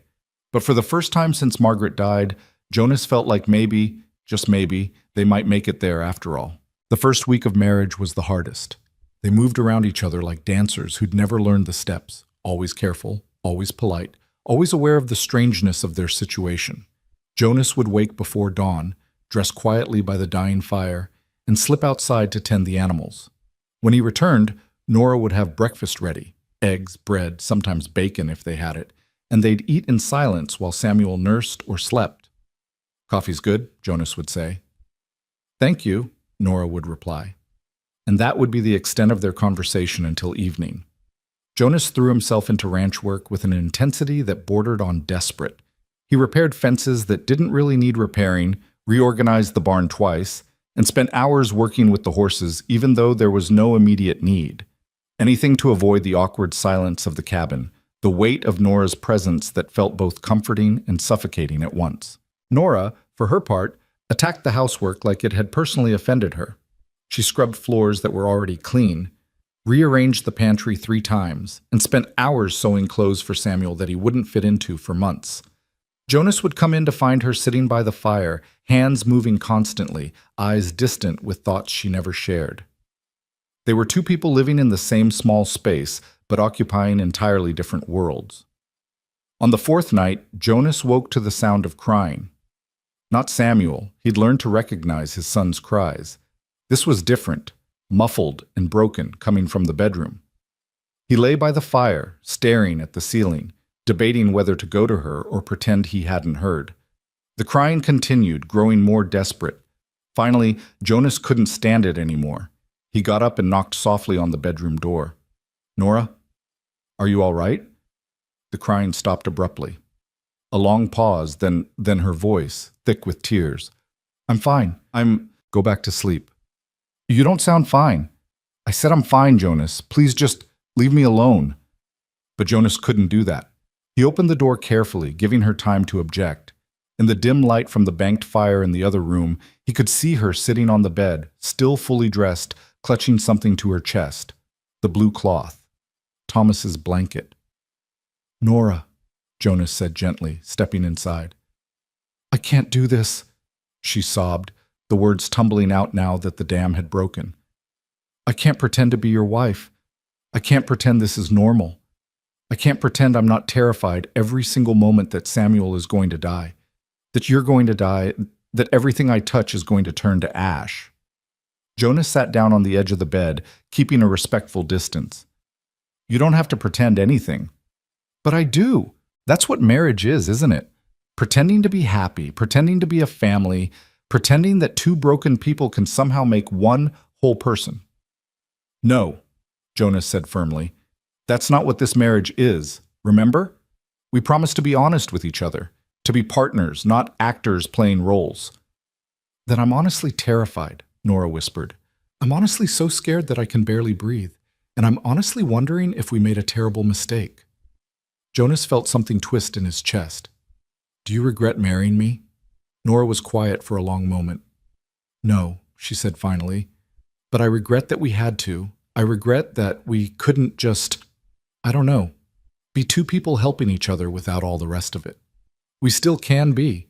The piece of paper doesn't have to change anything. But it does change things. Now, when I nurse Samuel, I'm not just helping. I'm being a mother to him. And that terrifies me because what if I fail? What if I can't keep him alive? What if— Stop, Jonas interrupted gently. You can't live your life in what-ifs.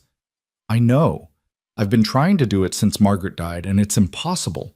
What if I'd noticed her fever sooner? What if I'd ridden for the doctor faster? What if I'd married someone else and she'd still be alive? But none of those what-ifs change anything. All they do is make the present unbearable. Nora looked at him, her face wet with tears. How do you survive it? The fear? Poorly, Jonas admitted. Most days I'm barely holding on. But having you here, having Samuel alive and growing stronger, that helps. Knowing I'm not alone in this helps. But you are alone. We're both alone. We're just alone together. Jonas thought about that, about the distinction she was making. Maybe that's enough, he said. Maybe being alone together is better than being alone. Nora let out a sound that might have been a laugh or a sob. That's the saddest thing I've ever heard. Yeah, well, we're pretty sad people.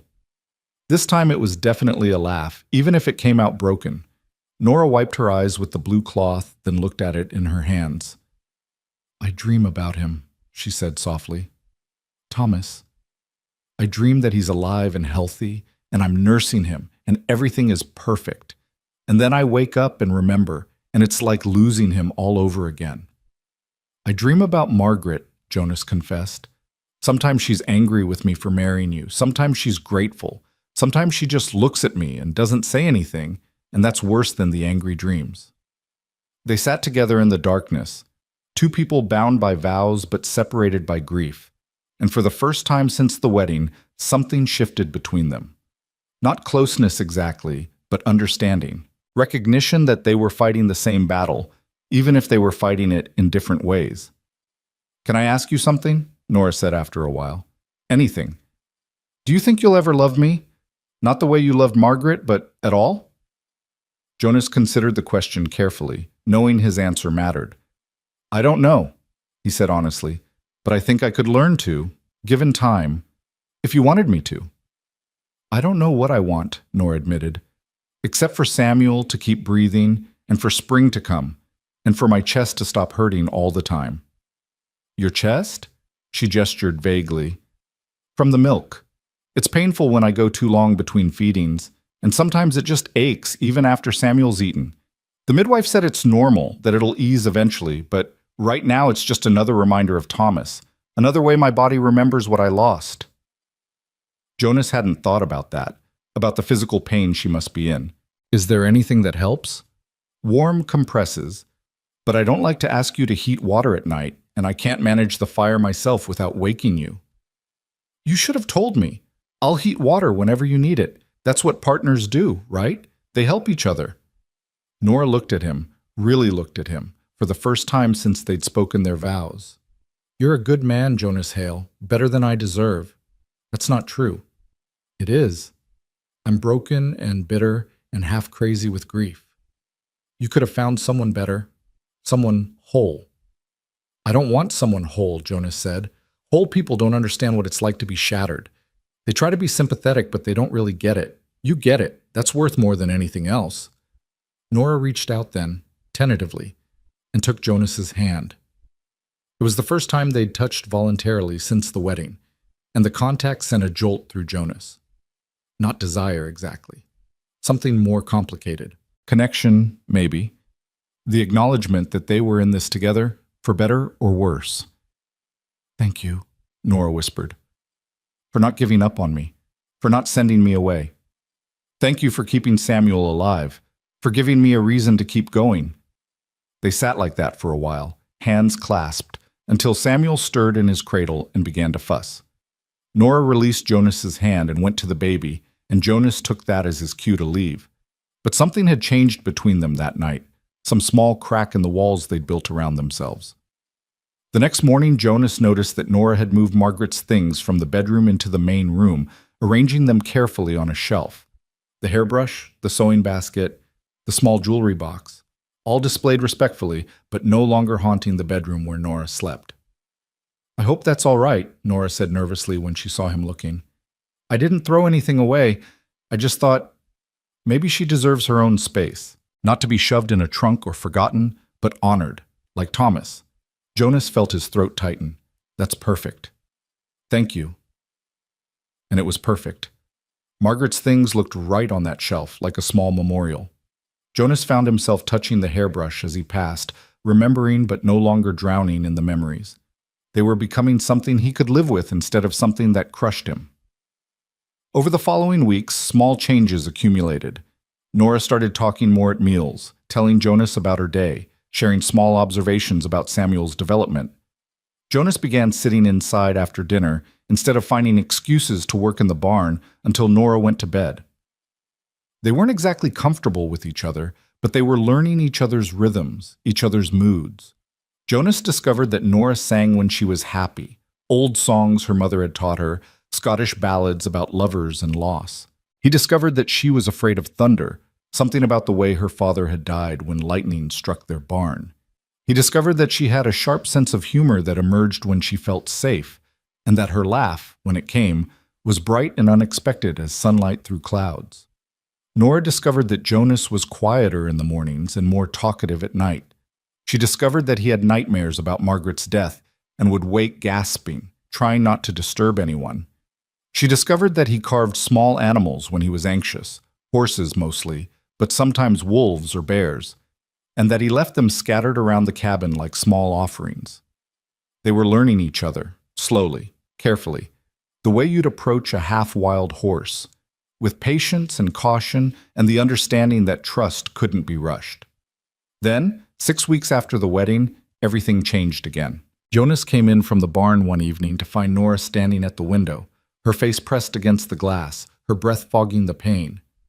Samuel was crying in his cradle, but Nora didn't seem to hear him. "Nora?" Jonas said, moving to pick up the baby. "What's wrong?" She didn't answer, just kept staring out at the darkening landscape. Jonas bounced Samuel, trying to quiet him, while watching Nora with growing concern. "Nora," he said again, more firmly, "talk to me."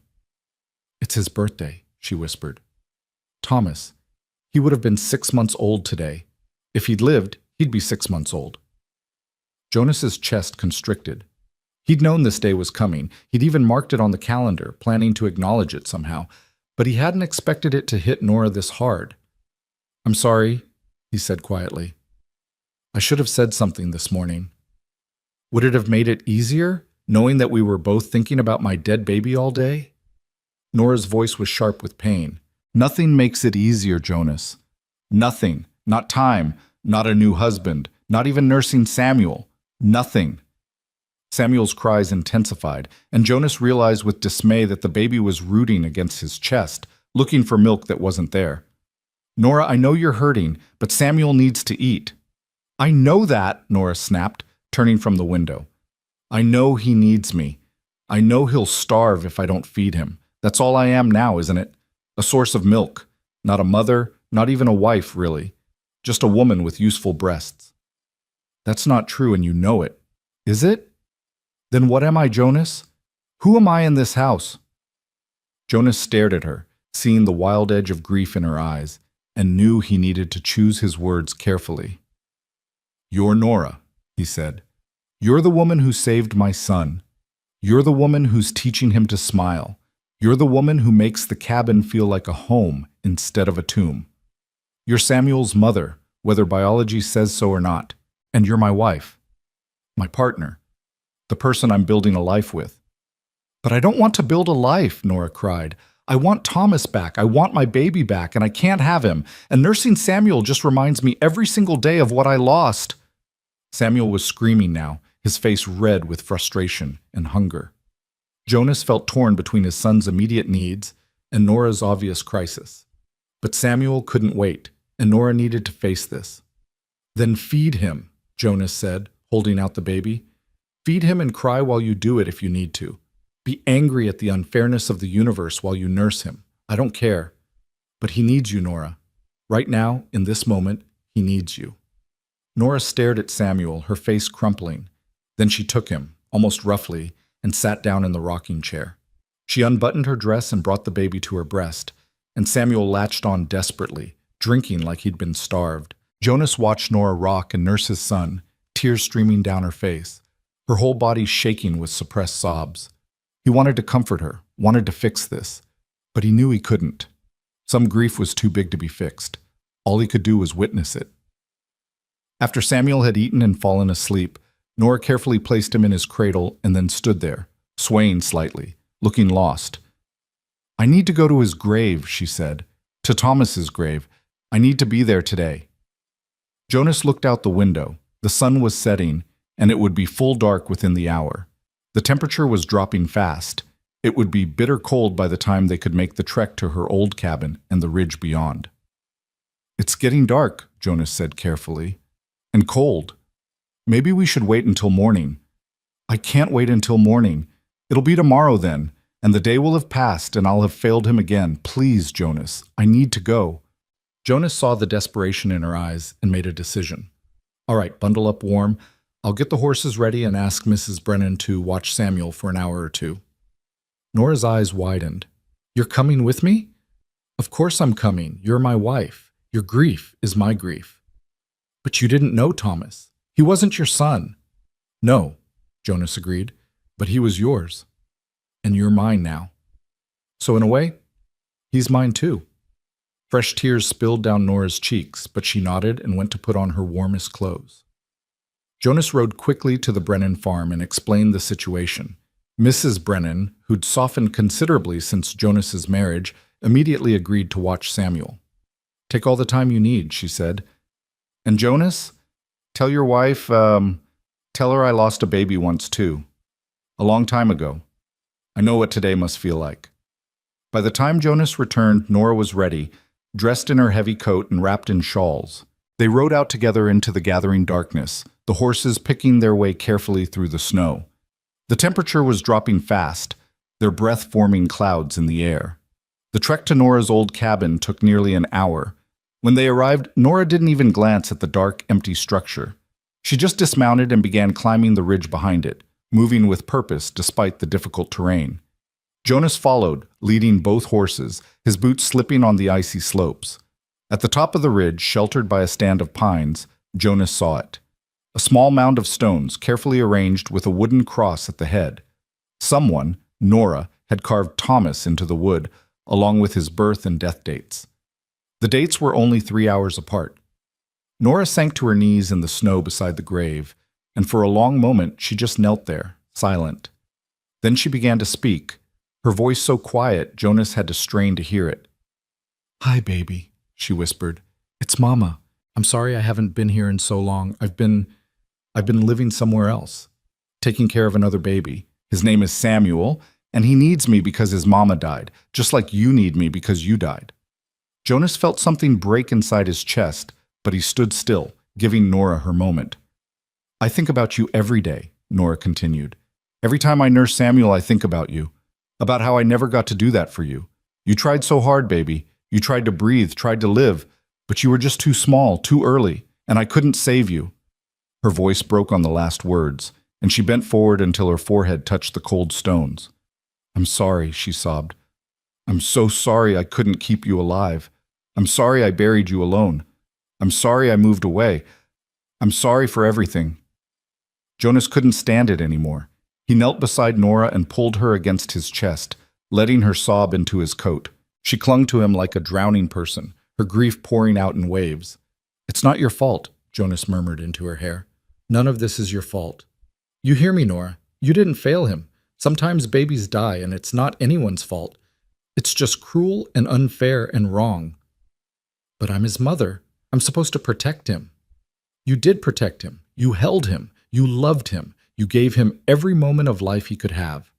That's all any of us can do.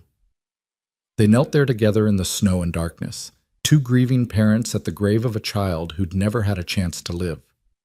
Above them, stars were beginning to emerge in the clear, cold sky, distant and uncaring. But between them, in the warmth of their bodies pressed together, there was something else. Understanding, shared pain, the beginning of healing.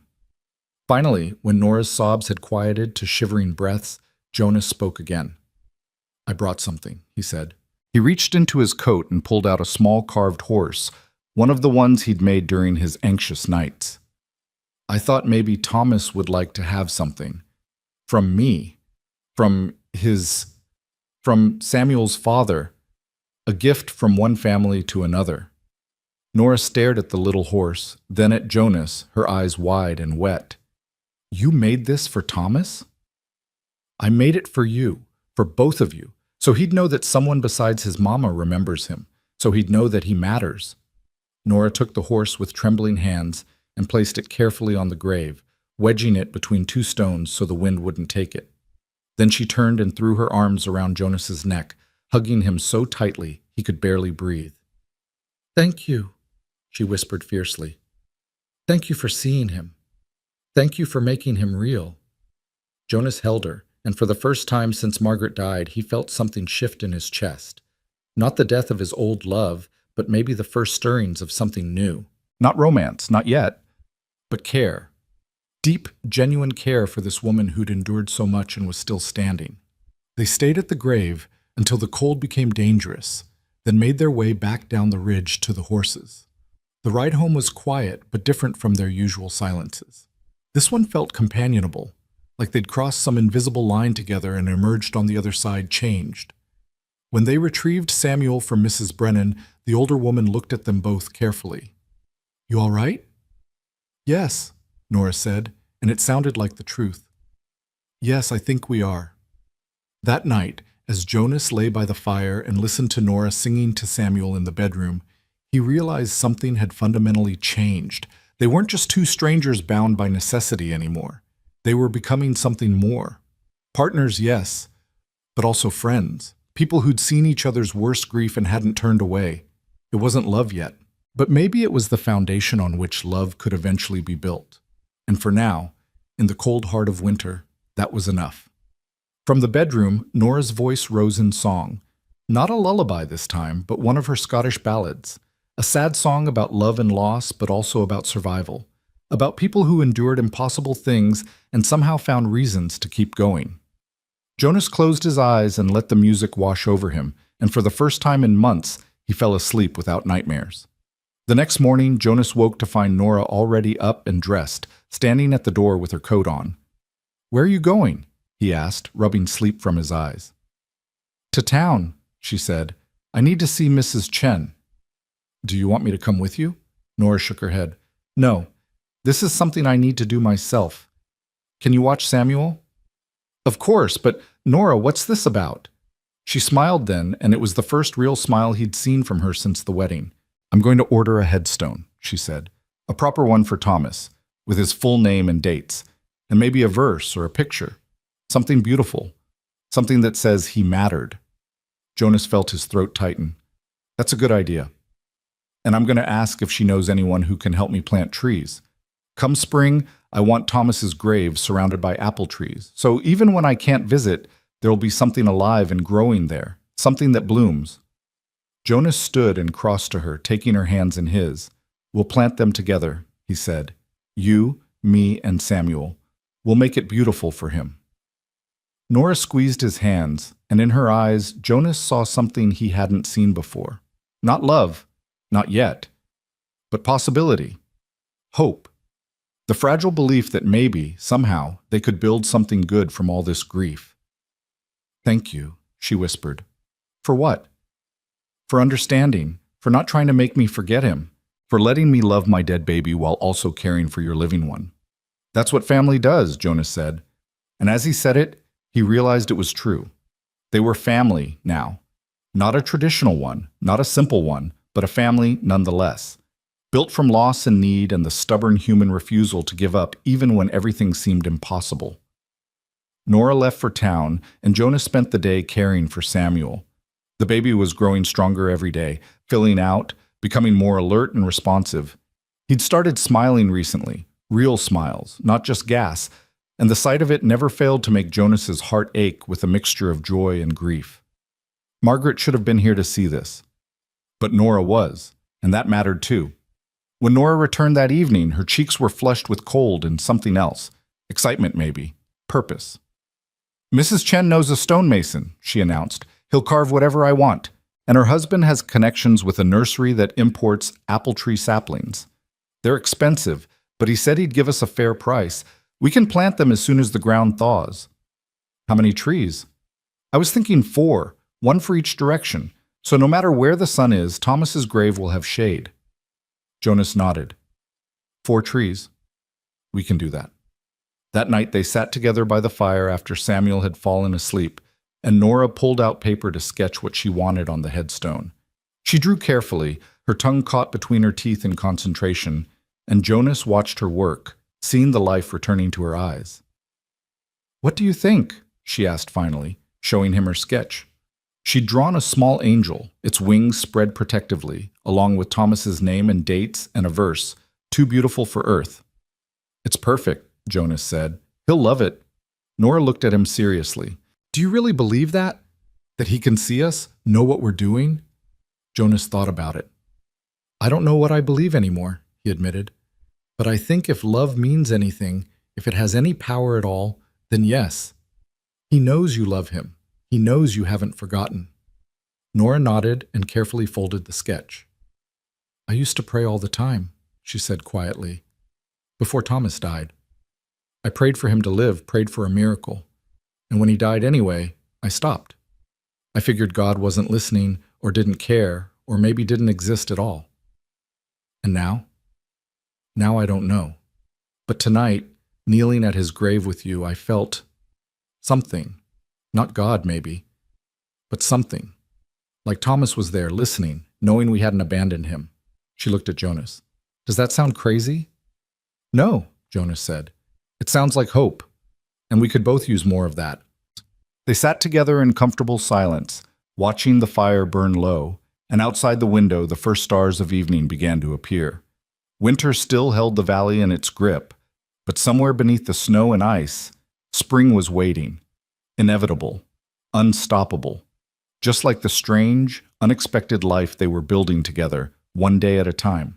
Spring came late that year, as if winter was reluctant to release its hold on the valley. But when it finally arrived, it came all at once. A rush of melting snow, bursting buds, and air that smelled like possibility instead of ice. Jonas woke one morning in early April to the sound of water dripping from the eaves and birds singing outside the window. Actual birdsong, not the harsh cries of crows and ravens that had been winter's only music. He lay by the fire for a moment, listening, and felt something unfurl in his chest that he hadn't felt in months. Not quite happiness, but close. Contentment, maybe. Or just the absence of the constant ache of grief. From the bedroom, he heard Nora talking softly to Samuel, her voice light with laughter as the baby made his gurgling sounds.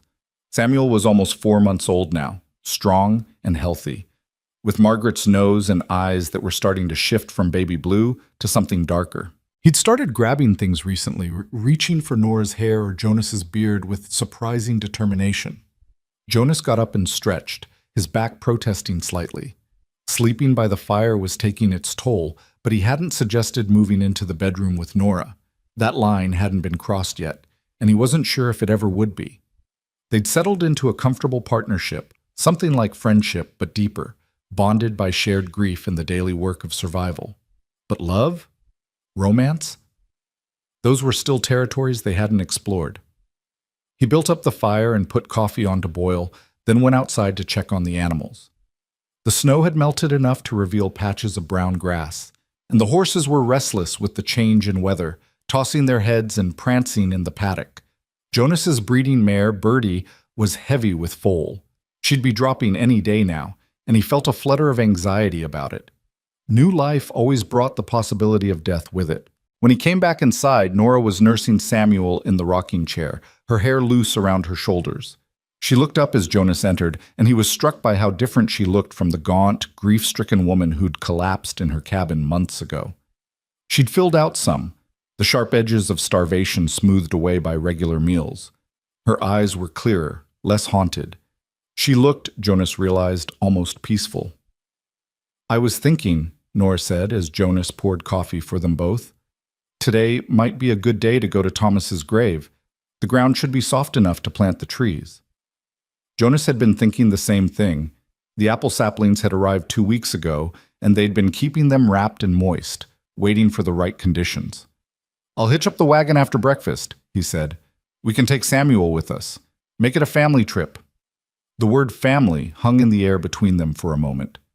Nora smiled, small but genuine. "A family trip," she repeated. "I like the sound of that." They ate breakfast together. Eggs from their chickens, bread Nora had baked the day before, preserves that were the last of Margaret's supply. Soon they'd need to make their own, Jonas thought. Another marker of time passing, of old life giving way to new. After breakfast, Jonas loaded the wagon with the 4 saplings, shovels, a bucket of water, and the beautiful headstone that had finally arrived from the stonemason. It was exactly what Nora had sketched, white marble with an angel carved into it, wings spread protectively, and the words Thomas James Delaney, born and died January 15th, 1881. Too beautiful for earth. Nora had cried when she first saw it, but they were good tears, the kind that cleansed rather than drowned. She'd traced the angel's wings with her fingertips and whispered, thank you," though Jonas wasn't sure if she was talking to him or to Thomas or to something else entirely. The ride to the ridge took longer than usual because of the muddy conditions, but eventually they made it to Nora's old cabin. The structure looked even more dilapidated in daylight, and Jonas made a mental note to come back and salvage what he could before it collapsed completely. They climbed the ridge together, Jonas carrying the headstone, Nora carrying Samuel, both of them breathing hard by the time they reached the grave. The little carved horse Jonas had left months ago was still there, weathered but intact, and Nora touched it gently as they set down their burdens. "All right," Jonas said, trying to keep his voice matter-of-fact to ward off the emotion threatening to overwhelm them both. "Let's put this stone in place first, then plant the trees." It took some doing. The stone was heavier than it looked, and positioning it correctly required several attempts. But finally they had it standing at the head of the grave, solid and permanent. Nora knelt before it and laid her hand on the cold marble. "There you are, baby," she whispered. "Now everyone will know you were real, that you mattered." Jonas gave her a moment, then gently touched her shoulder. "Ready to plant?" Nora nodded and stood, wiping her eyes. They positioned the 4 saplings at the cardinal points around the grave, north, south, east, west, and began digging. The ground was soft from snowmelt, but still held pockets of frost deeper down, and the work was harder than Jonas had anticipated. But they kept at it, taking turns with the shovel while the other held Samuel. As they worked, they talked. Not about anything profound, just the small things that made up their daily lives. Jonas told Nora about Birdie being close to foaling, and Nora mentioned that she'd seen the first wildflowers blooming on the south slope. Samuel gurgled and grabbed at dandelions, trying to stuff them in his mouth until Nora gently redirected him. It felt, Jonas thought, like what a family should feel like. Not perfect, not without grief, but together. Facing things together instead of alone. When all 4 trees were planted and watered, they stood back to look at their work. The saplings were small still, barely more than sticks with a few leaves, but Jonas could imagine them in 5 years, 10 years, 20, growing tall and strong, their branches spreading to shade Thomas's grave, their blossoms filling the spring air with sweetness, a living memorial to a child who'd never gotten to see spring himself. "They're perfect," Nora said, her voice thick. "When they bloom, I'll bring Samuel up here to see them, every year, so he'll know about his brother." Jonas felt something catch in his throat. His brother? Nora looked at Jonas, and he saw determination in her eyes. "Yes, Thomas is Samuel's brother, not by blood, but by love, by the fact that one boy's milk is feeding another, by the fact that we're a family now, all of us together, the living and the dead." She paused, then added quietly, "And Margaret, too. She's Samuel's mother, his first mother, and I'll make sure he knows about her, about how brave she was, how much she loved him even though she never got to hold him." Jonas couldn't speak. He just pulled Nora into his arms, Samuel between them, and held them both while tears ran down his face. All the grief he'd been carrying for months, for Margaret, for the life he'd lost, for the future that would never be, poured out of him. But mixed in with the sadness was something else. Gratitude. For this strange, wounded woman who'd saved his son, for the family they were building from broken pieces. "Thank you," he managed finally, "for keeping his mother alive for him, for being willing to share Samuel with her memory." "We've both lost too much," Nora said softly. "We can't afford to lose the good memories, too. They're all we have left of the people we loved." They stayed at the grave for another hour, tidying up the site, adding some wildflowers Nora had gathered, just sitting in the spring sunshine with Samuel between them. It felt right, Jonas thought, to have this place be about life as much as death. About remembering, yes, but also about moving forward. As they prepared to leave, Nora turned back one last time. "I'll see you soon, Thomas," she said. "And I'll take good care of your brother. I promise." The ride home was quiet, but not uncomfortable. Samuel fell asleep in Nora's arms, exhausted by the fresh air and sunshine. Jonas guided the wagon carefully through the muddy ruts, and Nora leaned against his shoulder, her head resting there in a gesture that felt both natural and revolutionary. They'd touched before, practically, necessarily, but this was different. This was chosen. Jonas didn't say anything, afraid that words might break the spell. He just let her rest against him and tried to memorize the feeling, the weight of her head on his shoulder, the warmth of her body beside his, the soft sound of Samuel's breathing, this moment of peace that they'd both fought so hard to find. When they got home, Jonas unhitched the wagon while Nora carried the sleeping Samuel inside. By the time Jonas came in from the barn, Nora had laid the baby in his cradle and was standing by the shelf that held Margaret's things. She was holding the hairbrush, running her fingers over the handle. "Tell me about her," Nora said without turning around. "About Margaret. I know you loved her. I know she died, but I don't know who she was. What made her laugh? What she dreamed about. I think I need to know if Samuel's going to know." Jonas hung up his coat slowly, trying to figure out where to start. He'd avoided talking about Margaret much, afraid it would hurt too much or feel like a betrayal of his new marriage. But Nora was right. They couldn't move forward if they kept pretending the past didn't exist. "She was stubborn," Jonas said finally, sitting down at the table. Lord, was she stubborn. When we met, I was breaking horses at her father's ranch in Colorado. She wanted to learn, but her father said it was too dangerous for a woman. So she snuck out at dawn every morning and made me teach her. Said if I didn't, she'd just do it herself and probably get killed. Nora smiled and came to sit across from him. "Did you teach her?" "Had to, didn't I? She was serious about that threat." Jonas felt himself smiling at the memory. She was actually good at it, too. Had gentle hands and patience. The horses trusted her. "How did you end up married?" "Her father caught us one morning, her on a half-broke gelding and me holding the lead rope. Thought the worst, of course. His daughter alone with some drifter at dawn. Demanded I marry her to preserve her reputation." Jonas laughed softly. Margaret was furious. Not at having to marry me, but at her father for forcing it. She said if she was going to get married, she wanted to do it because she chose to, not because someone made her. So what happened? I told her father we wouldn't marry, that I wouldn't trap her like that. And then I left. Jonas shook his head at his younger self's dramatic gesture. Made it about 10 miles before she caught up with me, riding bareback on that same gelding, no saddle or bridle, just a rope halter. She said she'd thought about it, and she chose me. Not because she had to, but because she wanted to. Nora was quiet for a moment. She sounds brave. She was the bravest person I ever knew. When we came here to Wyoming, there was nothing. Just land and sky and wind. She never complained, not once, just rolled up her sleeves and built a life with me. Jonas's voice roughened.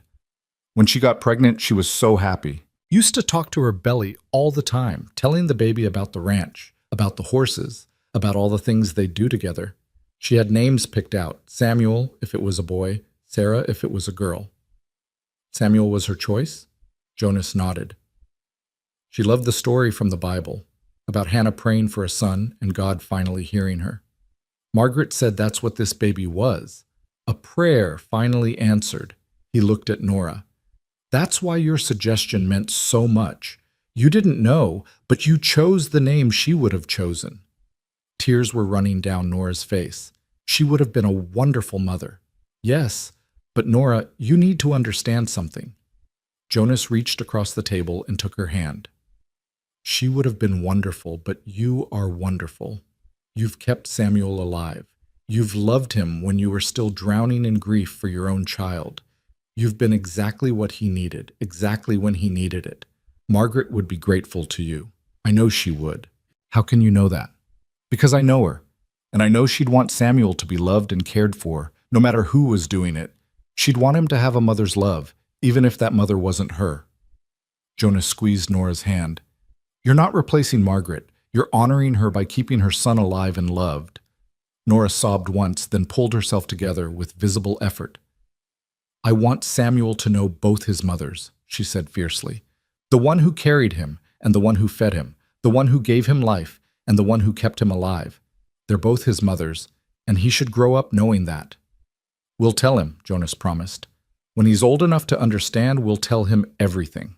About Margaret, about Thomas, about how our family came to be. The whole complicated, beautiful, broken truth of it.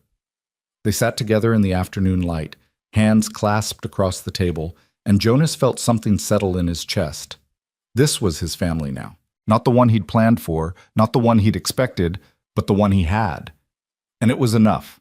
More than enough. That night, after Samuel was asleep and the cabin was quiet, Jonas did something he hadn't done since the wedding. He knocked on the bedroom door. Come in, Nora called. Jonas opened the door to find Nora sitting up in bed, mending one of his shirts by candlelight. She looked up, surprised. Is everything all right? Yes, Can we talk? Nora set down her sewing. Of course. Jonas sat on the edge of the bed, suddenly nervous. I've been thinking about us, about this marriage. Nora's expression became guarded. All right. When we got married, we said it was just a practical arrangement. Partners, not lovers.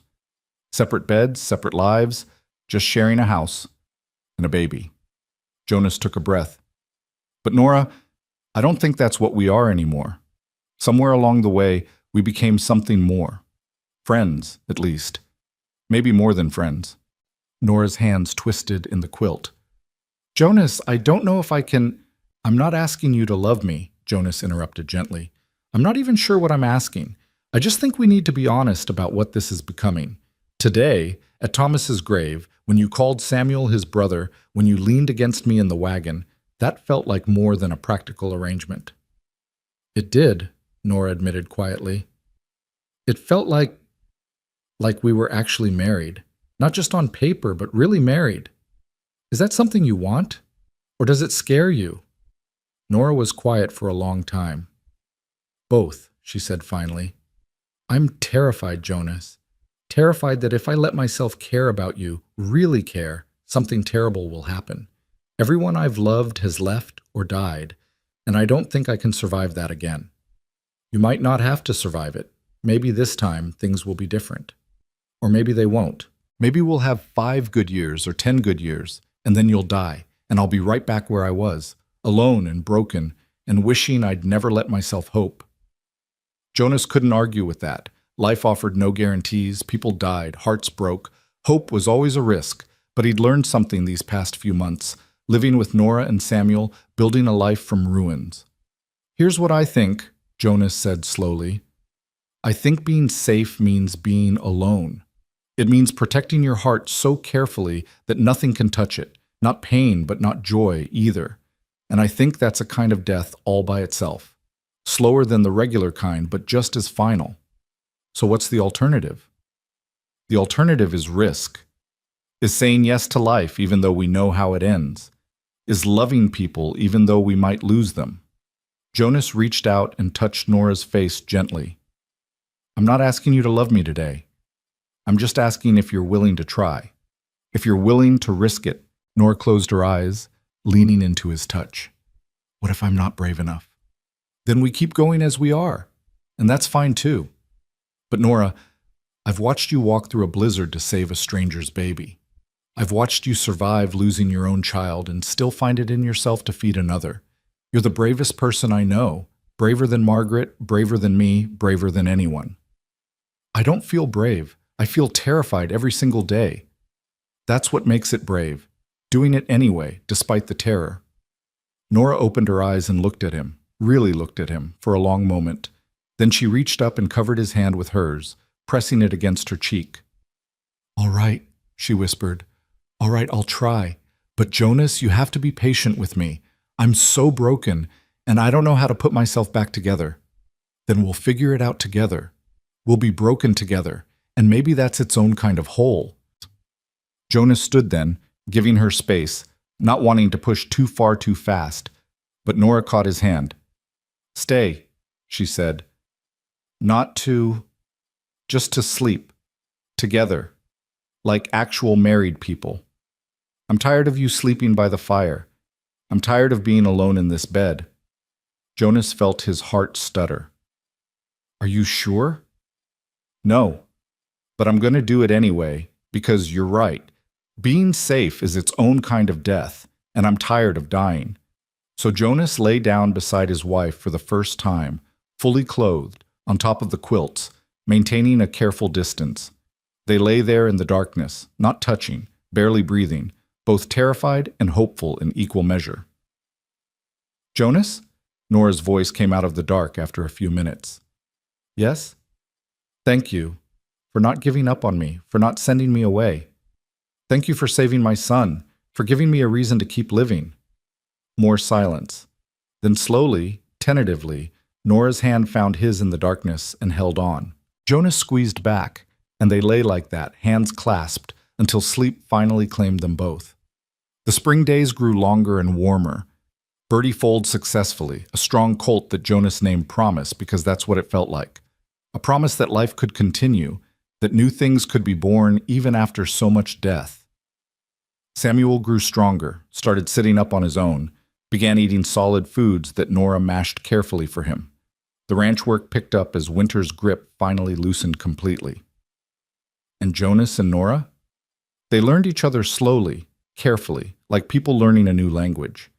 They still slept in the same bed, though it took weeks before they moved from on top of the quilts to underneath them. Weeks more before they started sleeping closer together, rather than on opposite edges. They still had hard days, days when grief ambushed them, and all they could do was survive. But they had good days too, days when they laughed together, when their hands would brush and linger, when Nora would catch Jonas watching her and she'd smile instead of looking away. One evening in late May, Jonas came in from the barn to find Nora standing by the window, holding Samuel and pointing out at something. "Look, baby," she was saying softly. "See the sunset? Those colors? Your first mama loved sunsets. She would have shown you this. She would have held you just like I'm holding you. And she would have told you that sunsets are God painting the sky just to remind us that beautiful things still exist." Jonas stopped in the doorway, his throat tight. Nora turned and saw him there. "I hope that's all right," she said uncertainly, talking to him about Margaret. "It's more than all right." Jonas crossed to them and put his arms around them both. "It's perfect." They stood like that, the three of them, watching the sun paint the Wyoming sky in shades of gold and pink and purple. And Jonas thought about how far they'd come from that terrible night when his son screamed and Nora walked through a blizzard to save him. How they'd both been drowning in grief, barely surviving, and somehow, impossibly, they'd found each other and built something from the wreckage. "Nora," Jonas said quietly, "I need to tell you something." She looked up at him, and he saw wariness flicker across her face. "What?" "I love you." The words hung in the air between them. Nora stared at him, her eyes wide. "You don't have to say it back," Jonas added quickly. "I'm not asking for that. I just needed you to know. I love you. Not the way I loved Margaret. That was different. We were different people then. But I love you. The way you are with Samuel, your strength, your stubborn refusal to give up even when everything seems impossible. Your grief and your hope and your broken pieces and all of it. I love all of it." Tears were streaming down Nora's face. "Jonas, you don't have to say anything," he repeated. "I just wanted you to know." But Nora shook her head. "No, I do have to say something." She took a shaky breath. "I don't know if what I feel is love yet, but it's something. Something that feels like maybe it could become love, given time. You make me feel safe. You make me laugh. You see my grief, and you don't run from it. You honor Thomas. You're a good father to Samuel, and when I think about the future now, I can't imagine it without you in it." She paused, then added softly, "That has to count for something." "It counts for everything," Jonas said, and kissed her. Not on the cheek this time, but properly, gently, giving her time to pull away if she wanted. She didn't pull away. Instead, she kissed him back, Samuel squirming between them, and Jonas felt something bloom in his chest that he thought was dead forever. Not the death of his love for Margaret, that would always be part of him, but the birth of something new, something unexpected and hard-won and precious, precisely because it had been built from such broken pieces. When they finally pulled apart, both of them were crying and laughing at the same time. Samuel made an indignant sound, protesting being squished, and they separated enough to give him space, all three of them smiling. "A late bloomer," Nora said, echoing the words she'd said months ago at Thomas's grave. "That's what we are, late bloomers." "The best kind," Jonas agreed. That night, Jonas and Nora made love for the first time, not with the passionate urgency of young lovers, but with the gentle reverence of two wounded people learning to trust again. It was awkward in places, emotional in others, both of them crying at moments, but it was real and honest and theirs. Afterward, lying in the darkness with Nora's head on his chest, Jonas stared at the ceiling and marveled at the strangeness of life. How the worst thing that had ever happened to him, Margaret's death, had somehow, impossibly, led to this. To Nora. To a different kind of love, but love nonetheless. "Do you think they know?" Nora whispered into the darkness. "Margaret and Thomas. Do you think they're watching us?" Jonas thought about it. "I think if they are, they're happy for us. I think they'd want us to be happy, to live fully instead of just surviving. I hope so, because I do feel guilty sometimes, like I'm betraying Thomas by being happy." "You're not betraying him. You're honoring him by choosing life, by letting his loss mean something instead of letting it destroy you." Nora was quiet for a long time. Then, "Jonas, when Samuel gets older, when we tell him about everything, about Margaret and Thomas and how we came to be a family, what do we say? How do we explain all of this?" Jonas considered the question. "We tell him the truth," he said finally. "We tell him that families don't always look like we expect them to, that love can be born from grief, that sometimes the people who save us are the ones we least expect. We tell him that his mother, his first mother, loved him so much that even dying she fought to give him life. And we tell him that his second mother loved him so much that she fed him even though every feeding reminded her of the baby she'd lost. We tell him he's loved, that he's always been loved, by Margaret, by you, by me, that he's part of a complicated, messy, beautiful family that was forged in pain but chose joy anyway. That's a lot for a child to understand. Then we'll tell him slowly, over years. We'll take him to visit both graves. We'll show him the apple trees growing around Thomas's stone. We'll tell him stories about Margaret until she's real to him, not just a name. We'll make sure he knows where he comes from, all the love and loss that went into making him who he is." Nora pressed a kiss to Jonas's chest. "You're going to be a wonderful father." We're going to be wonderful parents. Together. The summer unfolded in long, golden days. Jonas taught Nora how to work with the horses, and she turned out to be as good at it as Margaret had been, patient and gentle. They rode out together sometimes, Samuel strapped to Nora's chest in a sling she'd sewn, exploring their land like they were seeing it for the first time. They visited Thomas's grave regularly, and the apple trees were thriving, their leaves bright green and healthy. In June, Nora discovered she was pregnant. She told Jonas one evening after Samuel was asleep, her hands shaking as she spoke the words, "I think I'm carrying your child."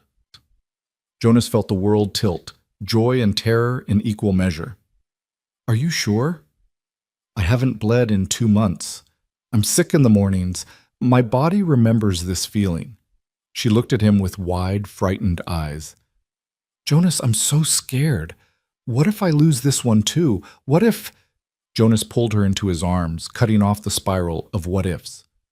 "We'll get through it together. Whatever happens, we'll face it together. But Nora, try to have hope. Try to believe that this time things might be different." "I don't know how to hope anymore. Hope hurts too much." "Then I'll hope for both of us until you remember how." The pregnancy was difficult. Nora was sick constantly, exhausted, and plagued by nightmares about Thomas's death. But Jonas was there through all of it, holding her hair when she was sick, rubbing her back when she couldn't sleep, reminding her over and over that this pregnancy was different, this baby was different. Summer faded into fall, and Nora's belly grew. Samuel, now almost a year old, was walking and babbling and getting into everything. He'd started calling Nora Mama, and the first time it happened, she'd cried for an hour, good tears and sad tears all mixed together. In October, they made another trip to Thomas's grave, this time bringing Samuel to see the apple trees that were now well established. The trees hadn't bloomed yet. They were too young, but Jonas assured Nora that next spring there would be blossoms. "You were right," Nora said, one hand on her pregnant belly as she looked at the trees, "about planting something living. It helps, seeing them grow. Like Thomas is still part of the world somehow, still contributing something beautiful." Samuel, who'd been toddling around exploring, stumbled over to the headstone and patted it with his chubby hand, babbling happily. "I think he understands, in his way," Jonas said, "that this is family, that this matters." They stayed for a while, just sitting in the cool autumn air watching Samuel play. And Jonas felt, for the first time since Margaret died, completely at peace. This was his life now. This was his family. Complicated and built from grief, yes, but real and precious and worth every moment of pain it had taken to get here. Winter came again, but this year they were ready for it. The cabin was well stocked with food. They had plenty of firewood, and most importantly, they had each other. Not just surviving together anymore, but truly living together. In February, on a cold night with snow falling outside, Nora went into labor. Jonas rode through the darkness to fetch Mrs. Brennan, the same midwife who delivered Samuel and failed to save Margaret. When Jonas arrived at her door, wild-eyed and terrified, Mrs. Brennan took one look at him and said, "This time will be different, Jonas. I can feel it." And it was different. It was long and painful and exhausting, but Nora was strong. And the baby, when he finally arrived as dawn was breaking, was healthy and loud and perfect. A boy with dark hair and Nora's eyes, screaming his arrival to the world with impressive volume. "He's alive," Nora sobbed as Mrs. Brennan placed the baby in her arms. "He's alive and he's breathing and he's perfect," Jonas finished, tears streaming down his face as he looked at his second son. His first biological child, but his second son, because Samuel would always be first in his heart.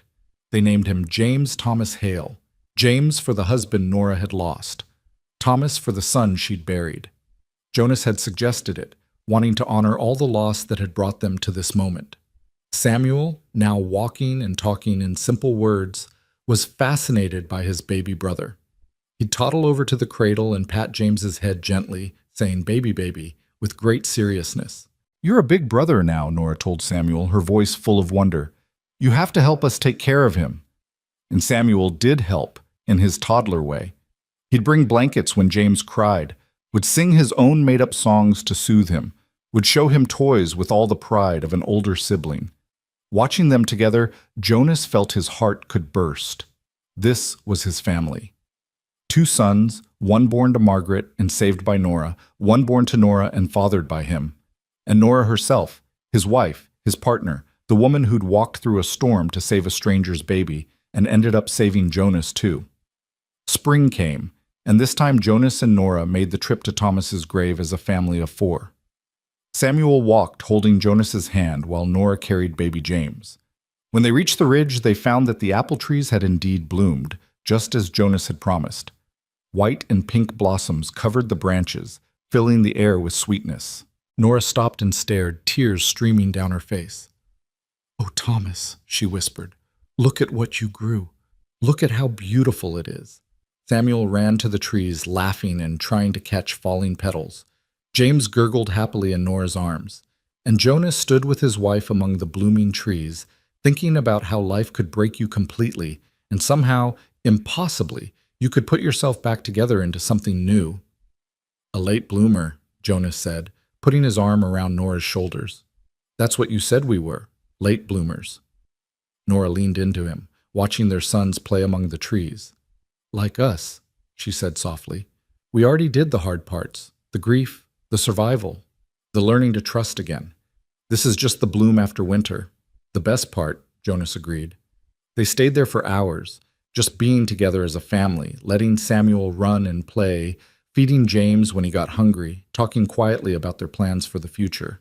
They'd expand the ranch, maybe. Get more horses, plant a garden near Thomas's grave so there would be flowers as well as fruit trees. Raise their sons to be kind and brave and unafraid of grief. As the sun began to set, painting the sky in those colors Margaret had loved, Jonas gathered his family close and looked out over the valley. Their valley. Their home. "Do you think we made it?" Nora asked quietly. "Do you think we actually survived?" Jonas looked at her, this woman who'd walked through a blizzard to save his son, who'd given milk and heart when she had nothing left to give, who'd learned to hope again even after hope had destroyed her. He looked at Samuel, strong and healthy, Margaret's son being raised by Nora with all the love a child could need. He looked at James, the promise of their future, proof that life could begin again even after terrible endings. "Yes," Jonas said, "we survived. More than that, we lived. We took all that grief and pain and loss and we built something beautiful from it. We became a family."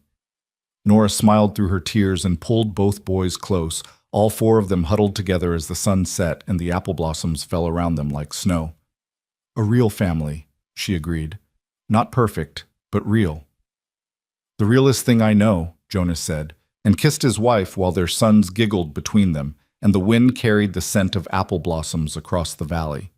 They were late bloomers, all of them, plants that had survived winter's worst and emerged stronger for it. And as the last light faded and the first stars appeared, Jonas thought about how the worst night of his life, his son screaming, his wife dead, his world ending, had somehow led to this moment, to love and family and second chances, to proof that even broken people could heal if they had the courage to try. The wind picked up, rustling the apple blossoms, and Jonas could have sworn he heard laughter on it. Margaret's laugh, maybe, and a baby's gurgle that might have been Thomas. Or maybe it was just the wind.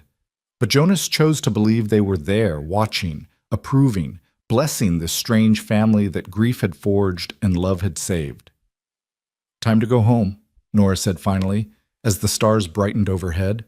Jonas picked up Samuel while Nora carried James, and together they made their way down the ridge toward the warm lights of their cabin.